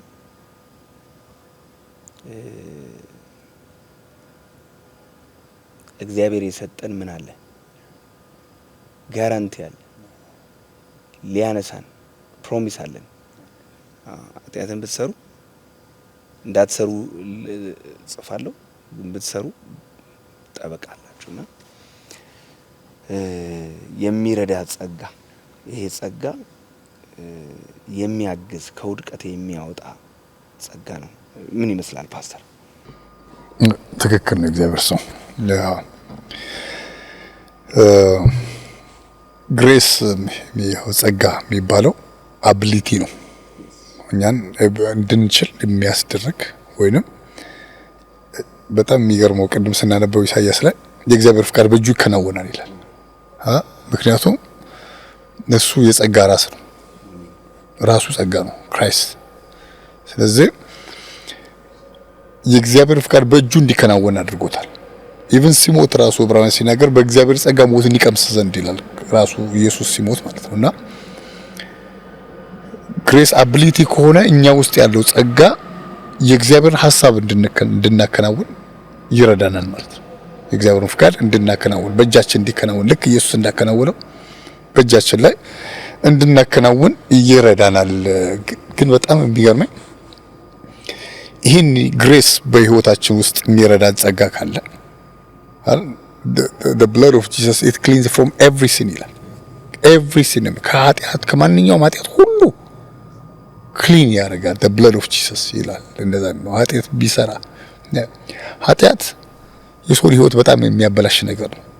ለምሳሌ እኔ ጥቅስ እየጠቀስኩ ሰውየውን ዱርዬ እንዲሆን ባደርግ አሁን አንድ ጊዜ ያው አሁን ወደ ጌታ የለም ሰውየው የምናውቀው ከኛ ጋር የነበረ ሰው ነውና በጣም የምናገር ብቃት አለው። ምን አለ የሆነ ትንሽ ጉባኤ ላይ ሆነን ነው ድሮ ነው ከ25 ዓመት ምናምን በፊት ሁሉ ተፈቅዶልኛል ሁሉ ግን አይጠቅመኝም ያል ቆሮንቶስ ላይ ጠቅሶ ማለት ነውና ለምሳሌ እኔ ከሌኒ ስሙን ጠርቶ ይዤ መሄድ እችላለሁ ግን አይጠቅመኝም እያለ ነው የሚናገረው እዛ ቦታ ላይና ምን እያደረገ ነው እንትኑን እያበላሸው ነው። ይሄ አንደኛ ጥቅሱ እሱን ለማለት አይደለም የሚተናገረው ያው ለወር ስለምግብ ነው የሚያወራው እሱም ያንን አትክልቱንም ስጋውንም ምናምኑም ጣውት ምናምን በበላለኝ ምንም ማለት አይደለም ግን አይጠቅመኝም እያለ ነው።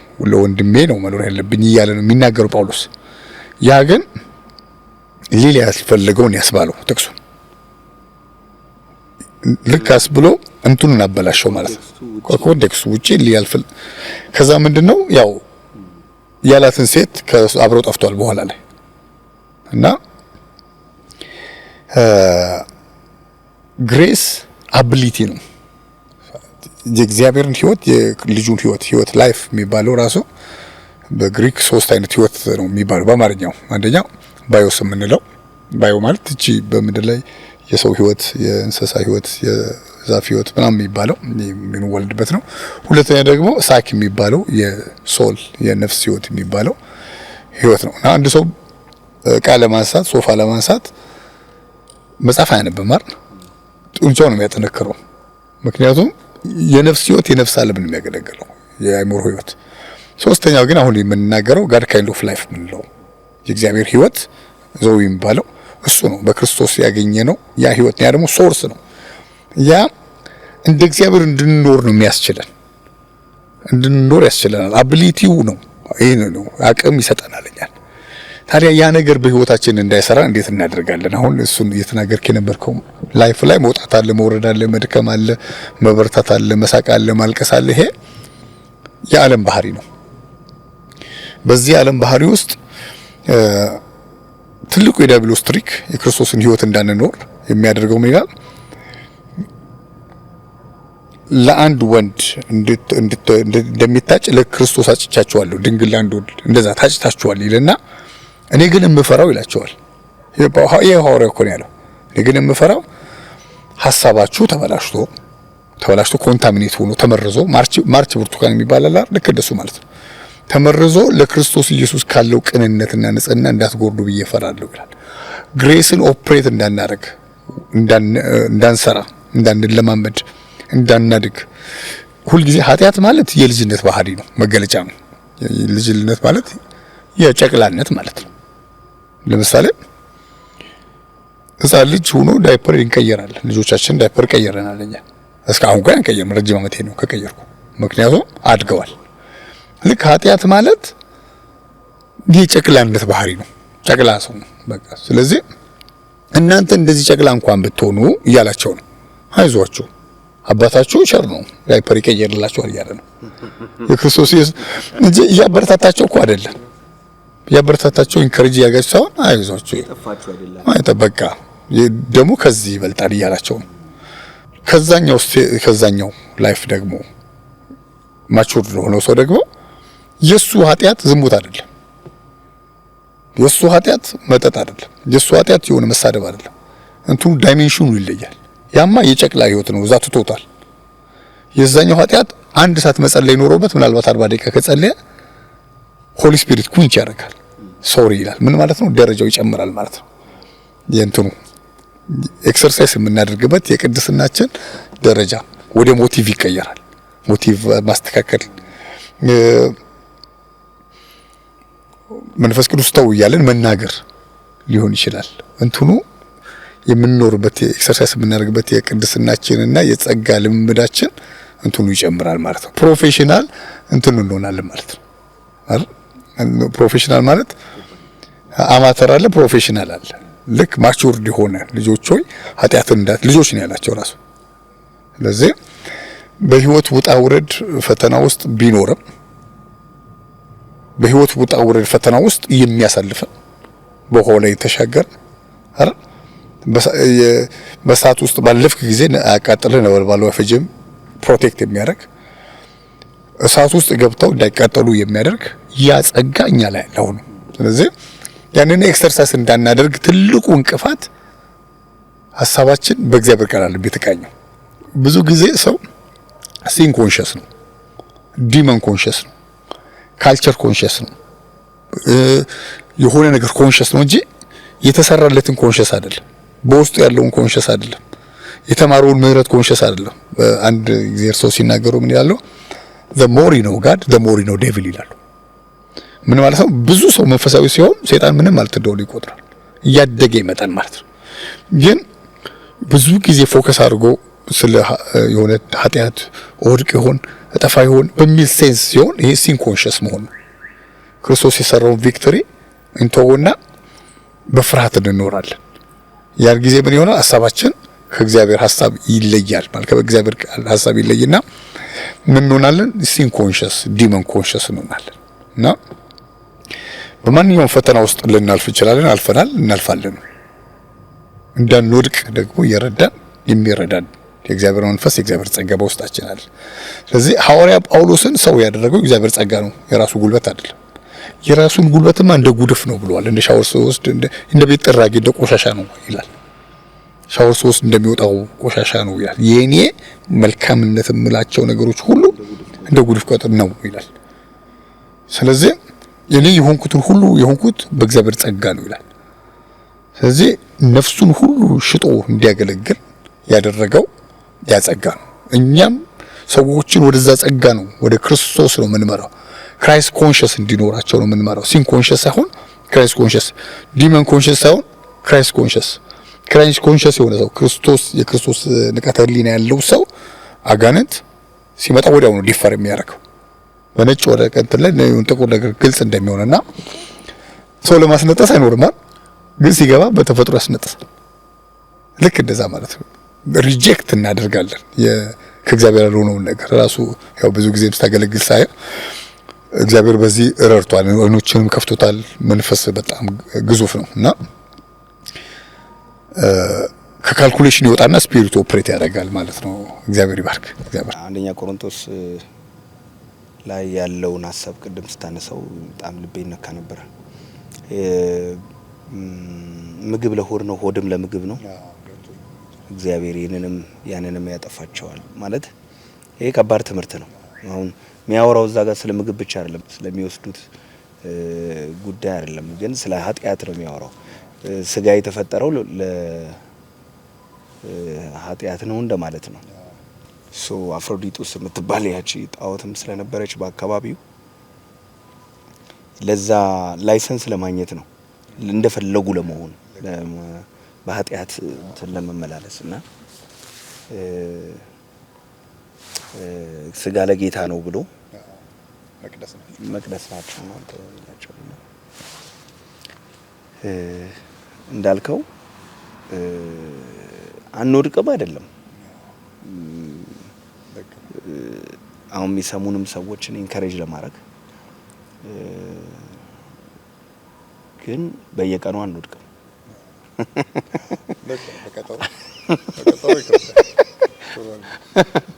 በቀጠሮ አንወድቅም፣ በፕላን አንወድቅም።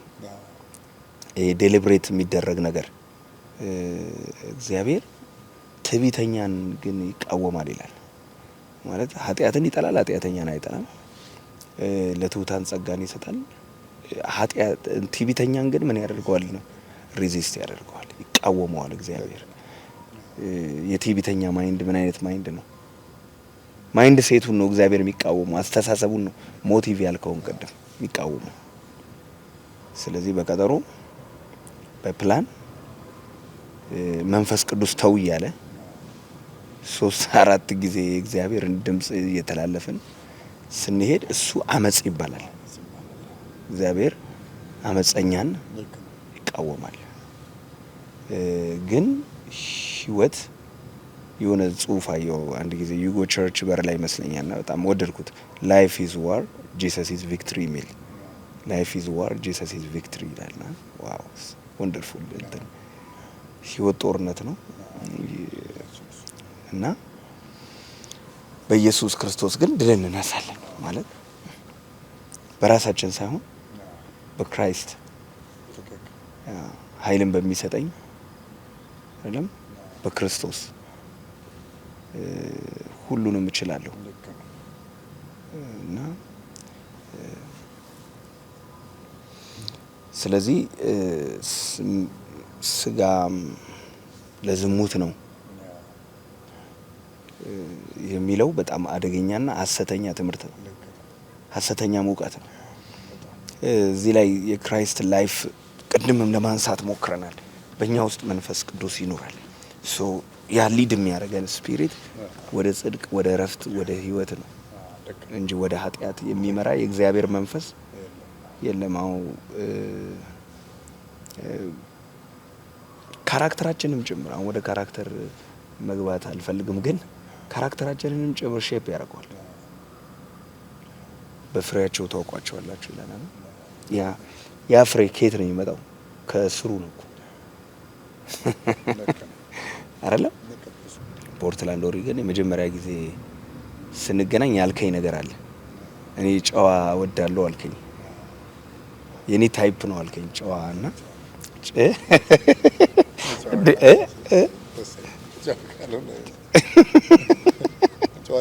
ጨዋ ደስ ይለኛል እንዲህ ነው ያልከኝና ላይክ የዛሬ 2 ዓመት አካባቢ ነው። ይሄ የባይ ፕሮዳክት ነው እኮ አክቹሊ ከስሩ ነው። አሁን ፍሬው አይደለም፣ ፍሬው እኮ ውጤቱ ነው አይደለም፣ ስሩ ነው። ግንዱ ምንድነው? የተተከለው ዛፍ ምንድነው? ኦሪጂናል ካራክተሩ ምንድነው? ኔቸሩ ምንድነው? ስለዚህ ያ እግዚአብሔር መንፈስ ካራክተርን ጭምር ሼፕ ያደርጋል። በፍሬያቸው ታውቃቸዋላችሁ። ሰይጣን እኮ የብርሃን መልአክ ይመስላል ባይዘው እና he knows how to do it። በጣም ቸርች ውስጥ አሁን እየተራመሰ ያለው እኮ ሰይጣን የብርሃን መልአክ መስሎ ሰይጣን መሆኑን ገልጦ ራሱን አድርጎ ቢመጣ እንኳን ምን በለ ከበር ነው ማንም ሰው ያስገባው። አሁን እኮ የቸርች መሪ ነው፣ የቸርች ሊደር ሆኗል። ፖዚሽን ሁሉ አለው አይደለም። አጋንንት ቢሮ ከፍቷል እና በደንብ ነው የሚሰራው። አሁን የሚሰራው ስራ እኮ መጥፎ አይደለም። ቸርች ውስጥ መጨረሻው ውጤቱ ነው ከባድ እንጂ አሁን እኮ አሳቢ ነው፣ አዛኝ ነው። እንዲህ ለምን ተሽጦ ይሄ ለምን ለድሆች አይከፋፈልም የሚል እኮ ነው። በጣም ጥሩ ሀሳቢ እኮ ነው። ፍጻሜው ግን ሞት ነው እና ውጤቱ ነው መጥፎ፣ ውጤቱ ነው መጥፎና ኔቸሩ ምንድነው? የእግዚአብሔር ኔቸር ጋድ ካይንድ ኦፍ ላይፍ የእግዚአብሔር አይነት ህይወት ባንተ ውስጥ ሲኖር የክርስቶስ ኢየሱስ መንፈስ ባንተ ውስጥ ሲያድር ወደ ምንድነው ሊድ የሚያደርግ? አሁን ስለምንናገረው ነገር አይደለም። እኔም እዚህ ጋር ስለማወራው ፓስተር አሮንም እዚህ ጋር ስለሚያወራው አይደለም አይደለም እኮ በፍጹም እዚህ ጋር አይመዘንም። ላይፋችን ነው ፍሬያችን ነው የሚያሳየው። ለመንፈሳዊ ልጆች ሁሌ ነግራቸዋለሁ። በቃ አንተ ላይ ክፉ ነገር ሊወጣ አይችልም። እንደዚህ አሁን እንደዚህ አይነት ነገሮች አሁን እዚህ ቸርች ብዙ አይሰማም። ማለት ፐርፌክት ነን ማለት አይደለም። ይህ ግን ሬር ነው። ቬሪ ቬሪ ሬር። ከየት አመጣኸው ነው የኔ ጥያቄ። ማን ያስተማረ ነው? እንዴት ይሄ ስፒሪት ሊይዝ ቻለ? እንዴት እንደዚህ አይነት ነገር ባንተ ላይ ሊበቀል ቻለ? ከየት አመጣኸው? ዘሩ ከየት መጣ? የትምህርታችን አይነት አይደለም። ትምህርቱ እኮ ነው ወደ ሆነ ነገር የሚቀይር። ከምትሰሙት ትምህርት አደገኛ ነው። ያ ትምህርት ነው ሰውየው ላይ ማኒፌስት የሚያደርገው። ቅድም ብለሃል እኮ ሁሉ ተፈቅዶልኛል፣ ሁሉ አይጠቅመኝም ማለት ኦልሬዲ ተፈቅዶልኛል እያለ እኮ ነው ሰው ቃሉን ለራሱ ምኞት ተጠቅሞ ማስፈጸም ያደረገውና ጠፋበት። እንዳልከው ሰውየውን ባላቀው ግን ከነገርከኝ ታሪክ ያ ሰው ጠፋ፣ እሱም ትምህርቱም ጠፋ። ስለዚህ የእግዚአብሔርን ቃል ለራሳችን ምኞት ወይም ለኃጢአት ማመቻቸት ሲጀምር ሲን ነው። ከባድም ከልት ነው አይደል? ኃጢአት ከልት እግዚአብሔር የሚያዝንበት የሰውንም ሕይወት አደጋ ላይ የሚጥል ነው አይደለም? ከእውነተኛው ግንድ ከእውነተኛው ሕይወት ማውጣት ነው አይደለም? መራራ ፍሬ ውስጥ አቢዩዝ ማድረግ ነው። እኛ ልናደርግና ልንሰራ የተሰጠንና ኮሚሽን ትተን ለሰይጣን መስራት ማለት ነው። ለእግዚአብሔር ልንሰራ በተቀመጥንበት ፕሌስ። ስለዚህ አሁን የምናየው አንዳንድ ነገሮች እኔ የምመዝነው በፍሬ ነው እና መንፈስ ቅዱስ እንዴት ነው የሚያደርግ? ወዴት ነው የሚቀይር? አሁን ያለውበት ስፒሪቹዋል አንደርስታንዲንግ ቤተክርስቲያን ውስጥ በመጸለይ ሰዎች በመንፈስ ቅዱስ እንዲሞሉ ማድረግ፣ ከዛ ተንቀጥቀጠው መውደቅ ካለባቸው መውደቅ አይደለም መንቀጥቀጥ ካለ ስፒሪቹዋሊ የሚገለጠው ነገር ፊዚካል እንትኑ እንዲነቃንቀው ማድረግ፣ መንፈስ ቅዱስ የኃይል ሙላት ማድረግ። አሁን ደግሞ እግዚአብሔር በልቤ ላይ እያፈሰሰ ያለው ሀሳብ ምንድነው መሰለህ? በእነዚህ ሰዎች ላይ የወረደው የእግዚአብሔር መንፈስ ወንበሩን መስበር ብቻ ሳይሆን ቸርቹን ማንቀጥቀጥ ብቻ ሳይሆን ኢኮኖሚውን ማንቀጥቀጥ አለበት፣ ፖለቲካውን ማንቀጥቀጥ አለበት፣ ማኒፌስት ማድረግ አለበት። ይህ ስፒሪት ከዚህ 4x4 ከሆነው አዳራሽ መውጣት አለበት። ከሆነ አይደለም ፐርሰናሊ ሰውየው ስፒሪቹዋል ላይፉ ላይ ብቻ ሳይሆን የሆነ ጎረቤቱ ላይ ያ ማኒፌስት ማድረግ አለበት።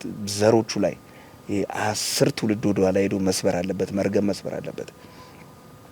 እንደዚህ ነው የሚያደርገው የእግዚአብሔር መንፈስ። እንደዚህ ነው የሚገለጠው የእግዚአብሔር ክብር። እንዲህ ነው የሚሰራው የእግዚአብሔር ኃይል እንጂ እኔን ወስዶ መጠጥ ቤት የሚከት፣ ጫት ቤት የሚከት፣ ሺሻ ቤት የሚከት ስፒሪት ይሄ ከእግዚአብሔር አይደለም። አሁን ብዙ የቴዎሎጂ እውቀት ያላቸው አከብራለሁ፣ በጣም አደንቃለሁ። ነገር ግን የግሪኩ የሂብሩ እኔን ወይም ያንን ሰው የግሪኩና የሂብሩ ያንን ሰው አደጋ ላይ ከጣለው ድካም የለም ማለት አይደለም። አመጽ ውስጥ ከከተተው ግን በጣም አደገኛ ነገር ነው እና የሆሊ ስፒሪት እንትን ቲዩን ያደርገናል፣ እንደዚህ ይቀርጸናል፣ ቻናላችንን ያስተካክለዋል፣ ማይንድ ሴታችንን ያስተካክለዋል። ቅድም እንዳልከው ነው ከልጅነት ስፒሪት ልጅ ሳለሁ እንደ ልጅ አስብ እንደ ልጅ ቆጠር ነበር፣ ባደኩ ጊዜ ግን የልጅነትን ጠባይ ሸሬ አሁን ማቹርድ እንደሆነ ሰው እንዳስብ ያደርገኛል እንጂ ቃሉን እየተጠቀምኩኝ ለኃጢአት ምንድነው ኃጢአትን እንትን ለማለት ለማጽደቅ ነው። በቃ ኃጢአት ክርስቶስ የሰራው ስራ በህይወታችን ላይ የመጀመሪያ ወንድሞቹን ያደርጋል። ቤተሰብ ነው፣ እንደሱ ነው የሚያደርገው። አባትን በሰማይና በምድር ከሚሰየመው አባትነት ከሚሰየምበት ከአብ ፊት እንበረከካለን። በሰማይና በምድር ከሚሰየመው ከአብ ፊት ቤተሰብ ነው የሆነው። በክርስቶስ ያገኘነው ትሩፋት ነው። ለሕያው ተስፋ ነው በቃ በክርስቶስ ያገኘነው ተስፋ ነው። ጽድቅን ይሆን ነው። ጽድቅ ራይቸስነስ፣ ራይት ስታንዲንግ ዊዝ ጋድ፣ ራይት ህይወት እንዲኖረን ያደረገን። የተበላሽ አይደለም፣ ራይት ላይፍ እንደ ክርስቶስ ተንኮለኛ አይደለም፣ እኛም ተንኮለኛ እንዳንሆን ያደረገን። ክርስቶስ ለሰው ይኖራል፣ እኛ ለሰው እንድንኖር። ክርስቶስ ሂለር ነው፣ እኛም ሂል እንድናደርግ በሱ ኃይል ማለት ነው ያደረገን እሱ ነው እንጂ የክርስቶስ ኢየሱስን ህይወት ተቀብለናል ብለን የፈለግነውን እንድናደርግ አልተሰጠንም። ኖርማሊ አንድ ሰው በትክክለኛ ቦርን አጌን ክርስቲያን ከሆነ የፈለገውን ኃጢአት በድፍረት አያደርግም። የራሱ ባህሪው እንትን አያደርግም። ያለበለዚያ እንደገና ዳግም መወለድ አለበት። አልፈጠረበትም። ያ ህይወት ገብቶ እንትን አላደረገውም፣ አልቀየረውም። ሲቀይረውማ እንትን ያደርገዋል። ስሜት እንትኑን ይፈጥረዋል። የድንጋዩን ልብ አወጣና የስጋ ልብ ከተባችኋለሁ ይላል፣ እሰጣችኋለሁ ይላል። የስጋ ልብ ደግሞ ማለት በቃ ሴንስ የሚያደርግ ጽድቅን የሚራብ ጽድቅን ሴንስ የሚያደርግ ቅድስናን ሴንስ የሚያደርግ ሰማዩን የሚያሸት ሴንስ የሚያደርግ ነው። የድንጋይ ልብ ሲሆን ደግሞ ምንም የማይመስለው ማለት ነው፣ ድንጋይ የሆነ ማለት ነው። ስለዚህ ህሊናቸው በጋለ ብረት እንደተጠበሰ ነው ይላል እንደ መደበኛው ትርጉም። ይሄኛው ትርጉም በጋለ ብረት እንደተጠበሰ ነው ምን ማለት ነው?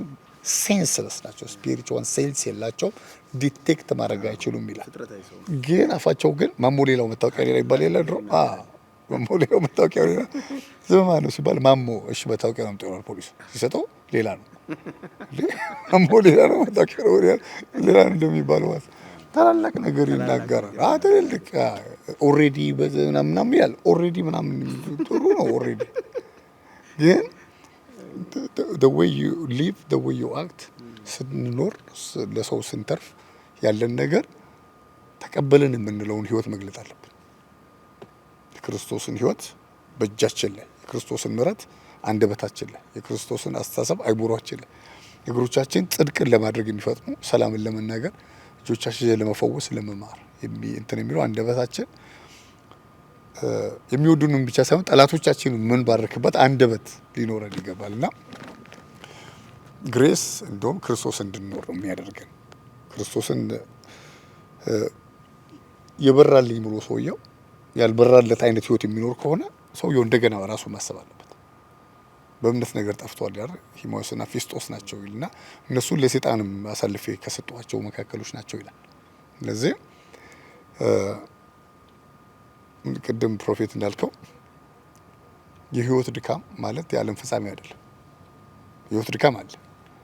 የህይወት ድካም ከድካም የሚረዳ መጽሐፍ ቅዱስ አይደል ወደ ምሕረት እንድንቀበል በሚያስፈልገን ጊዜ ወደ ጸጋው ዙፋን ስር በእምነት እንቅረብ ይላል። ምን ማለት ነው? የሆነ ሄልፕ ስትፈልግ እየኖርን ነው፣ እየጻፍን እኮ አይደለም፣ እየኖርን ስለሆነ ሄልፕ ስንፈልግ ወደዛ ግሬስ የተጸጋው ዙፋን ስር በእምነት እንቅረብ ይላል። ምን ማለት ነው? ከዛ በኋላ እንቅረብ የሰውየው ኃላፊነት ነው፣ ሪስፖንሲቢሊቲ ነው።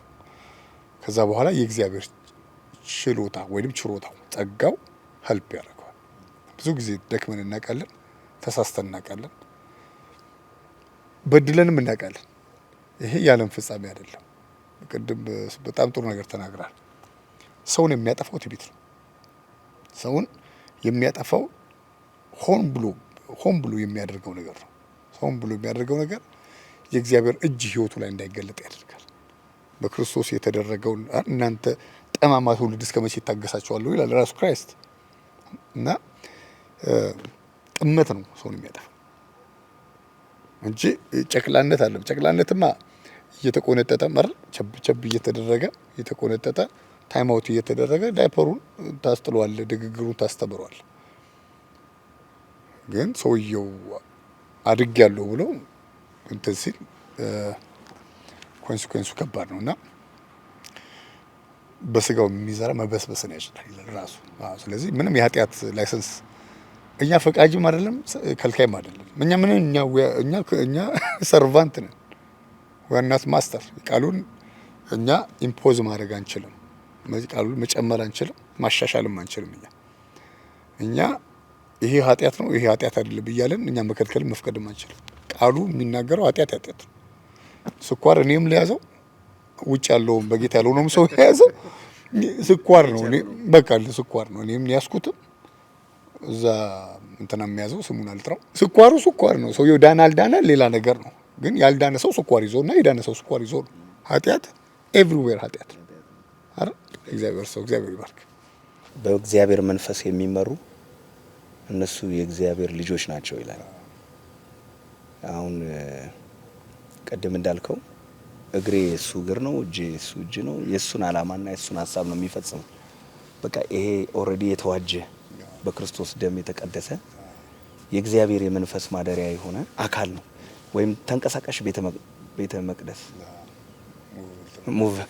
ሙቨብል ተበርናክል። ስለዚህ ተንቀሳቃሽ የሆንን የእግዚአብሔር ምልክቶችና ተአምራቶች ነን። የሚነበብ ደብዳቤ ነን አይደለም? እንደዛ ነን። ሙቭ ስናደርግ ኪንግደም ነው ይዘን የምንሄደው። አሁን ግለሰብ አይደለንም። ሱራፌል ነው ኪያ አይደለም ሄደው የሚመራን የእግዚአብሔር መንፈስ ነው። እንደ እግዚአብሔር መጋቢ የሚቁጠረን ይላል አይደለም? ሰዎች አንድ ጊዜ በህይወቴ ውስጥ የገጠመኝና በጣም የደነቀኝ እንትን ነው። እንድጠነቀቅም በህይወቴ ጥንቁቅ እንደሆንም ይሄ አሁን የመጣውበትም የጨዋይቱ መንፈስ ይዞኝ እዚህ ድረስ ያመጣኝ የእግዚአብሔር መንፈስ እሱንም ጌታንም ከዛ በኋላ የለመንኩበትም አንድ ገጠመኛለኝ። ለቅሶ ቤት ሄጄ ከመክሊቴ ጋር ነው የሄድነውና ለቅሶ ቤት እንትን ብለናልና በእኛ ሀገር በአዋሳ አካባቢ ሰዎች ያው ከለቅሶ በኋላ እያንዳንዱ የሞተባቸው ቤተሰቦች እየመጡ ሰላም ይላሉ። የመጡትን ሰዎች ይሰናበታሉ ምናምን ለዚህና ሁሉንም ሰላም እያለች በስማቸው እየጠራች በየስማቸው እየጠራች እየተላቀሱ ምናምን መክሊቴ ጋር መክሊትዬ እናቷን የሞተችው ሴትዮዋ እናቴ ሞተች እኮ ምናምን ብላ መክሊቴም ታውቃቸዋለች። ሞር መክሊቴ ነው የምታውቃቸውና ከዛ እኔ ጋር ሲደርሱ ኢየሱስ አሉ። ማለት ኢየሱስ ነህ እኮ አይደለም ያሉኝ እኔን በቃ ኢየሱስ እኔን ሲያዩኝ ኢየሱስ አሉ ሴትዮዋ። ከዛ ቀን ጀምሮ ይሄ ኦልሞስት 8-9 አመት ይሆናል። በቃ እኛ ደጋግ የእግዚአብሔር መጋቢዎች ነን በቃ። ስለዚህ ላይፋችን፣ ኑሯችን፣ ህይወታችን፣ ንግግራችን፣ አካሄዳችን ሁሉ የእግዚአብሔር መንግስት ወክለን ነው የምንንቀሳቀሰው። ገብቷል? እንደፈለኩ መሆን አልችልም። በየካፍቴሪያው ቁጭ ብዬ ሻይና ቡና ማንቃረር አልፈልግም።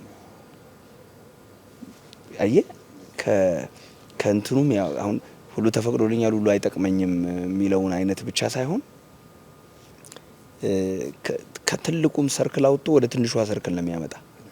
በጣም እንትን የተቆጠበ ይሆናል እና እኛ ተንቀሳቃሽ የእግዚአብሔር ቤተ መቅደሶች ነን። እንደፈለግን ሚዲያ ላይ ወጥተን መናገር አንችልም። አፍ ስለሌለን አይደለም፣ መናገር ስለማንችል አይደለም፣ አክሰሱ ስለሌለ አይደለም። ምን ችግር አለ? ይሄ ካሜራ ባይኖር እኮ ሞባይል እኮ ዲስ ታይም የፈለከው ነገር ታላቅ ነገር መናገር ትችላለህ። እና ከዚህ እስከ አሜሪካ ማናወጥ፣ አፍሪካን ማንቀጥቀጥ መነጋገሪያ አጀንዳ መሆን ይቻላል። ግን ዋናው አጀንዳ መሆን ሳይሆን የእግዚአብሔርን አጀንዳ መግለጥ ነው። ስለዚህ የእግዚአብሔር መንፈስ ሊድ እንዲያደርገን የእግዚአብሔር መንፈስ መጠቀሚያዎች እንድንሆን መነጋገሪያ የሆነ የእግዚአብሔር ስራ በእኛ እንዲገለጥ እኔ ለምሳሌ እግዚአብሔር ክብር ተገልጦ በላይ ላይ ሰው ተፈውሶ ለምሳሌ የሆነ ሃይማኖት ተከታይ ሊሆን ይችላል። በህዝብ ሁሉ ዘንድ የሚታወቅ ህመም፣ የሚታወቅ በሽታ ልክ ከልጅነቱ ጀምሮ እውር ሆኖ የተፈጠረው ልጅ አይደለም ከእናቱ ማህፀን ጀምሮ ሽባ ሆኖ የተወለደው ብላቴን፣ ይሄ የከተማ መነጋገሪያ ኢሹ መሆን አለበት። እኔ እንደሱ አይነት ኢሹ ነው የሚመቸኝ። ማለት እግዚአብሔር ባንተ የበሰበሰውን ገላ ፈውሶ ማቆም፣ እውሩ እያየተ ሄደ። ገብቷል አይደለም? ሊክዱት አይችሉም። ጌርጌሴኖን የነበረውን ያንን እብድ አይደለም ኢየሱስ ፈውሶት የከተማው መነጋገሪያ ነው የሆነው እንጂ እኚህ ትንንሽ ነገሮችን በማንሳት ኢሹ መሆን አይደለም ቁም ነገሩ። ምንም አያደርግም ማለት የሚጠፋ ነው። የዚህ ዓለም ክብርም የዚህ ዓለም ዝናም የዚህ ዓለም ነገር ጊዜያዊ ነው። ዘላለማዊ ነገር የለም። ግን ሰዎችን ወደ ጌታ የሚያመጣ ወደ ክራይስት የሚያመጣ እሱ ነገር በጣም ወሳኝ ነው። መንፈስ ቅዱስ በእኛ ውስጥ ስላለ ወደሚፈልገው እንዲመራን ፍቃደኛ መሆን ኢምፖርታንት ነው ብዬ አስባለሁ። ከእግዚአብሔር ተወልደናል አይደለም? የእግዚአብሔር መንፈስ በእኛ ውስጥ አለ። የእግዚአብሔር መንፈስ ወደ ወደደበት ንፋስ ከወዴት እንደሚመጣ ወዴትም እንደሚነፍስ አታውቁም፣ ከእግዚአብሔር የተወለዱ እንዲህ ናቸው ይላልና መንፈስ ቅዱስ እሱ መሪያችን ነው። ጥሩ ነው። ፖድካስታችን እንደ ዛሬ እንደ ጅማሬ ዛሬ ጀመርነው በጣም ከትልቅ ሰው ነው። በጣም ከተባረከ ከተወደደ የእግዚአብሔር ሰው ከፓስተር አሮን ጋር ቆንጆ የሆነ ነገር እያሳለፍን ነው። እግዚአብሔር ዘመንን ይባርክ። ተመልካቾቻችን እንግዲህ የነበረን ቆይታ ይህንን ይመስላል። ከፓስተር አሮን ጋር በኢትዮጵያ እንደገና ዳግም ተገናኝተን እንዲህ ባለው ሁኔታ በዓልን እያከበርን ነው። እግዚአብሔር የተባረከ ይሁን። እንግዲህ ዛሬ ከምወደውና ከማከብረው የእግዚአብሔር ሰው የልጅነት አይኔ ክርስትናን ካየውባቸው የመጀመሪያው በህይወት ያየሁት ክርስቲያን ወንድም ነው። ለምልሞ ሰፍቶ በስቶ በእግዚአብሔር ቤት ውስጥ በእንደዚህ ሌቭል ደግሞ ሆኖ በማግኘቴ በጣም ደስታ ይሰማኛል።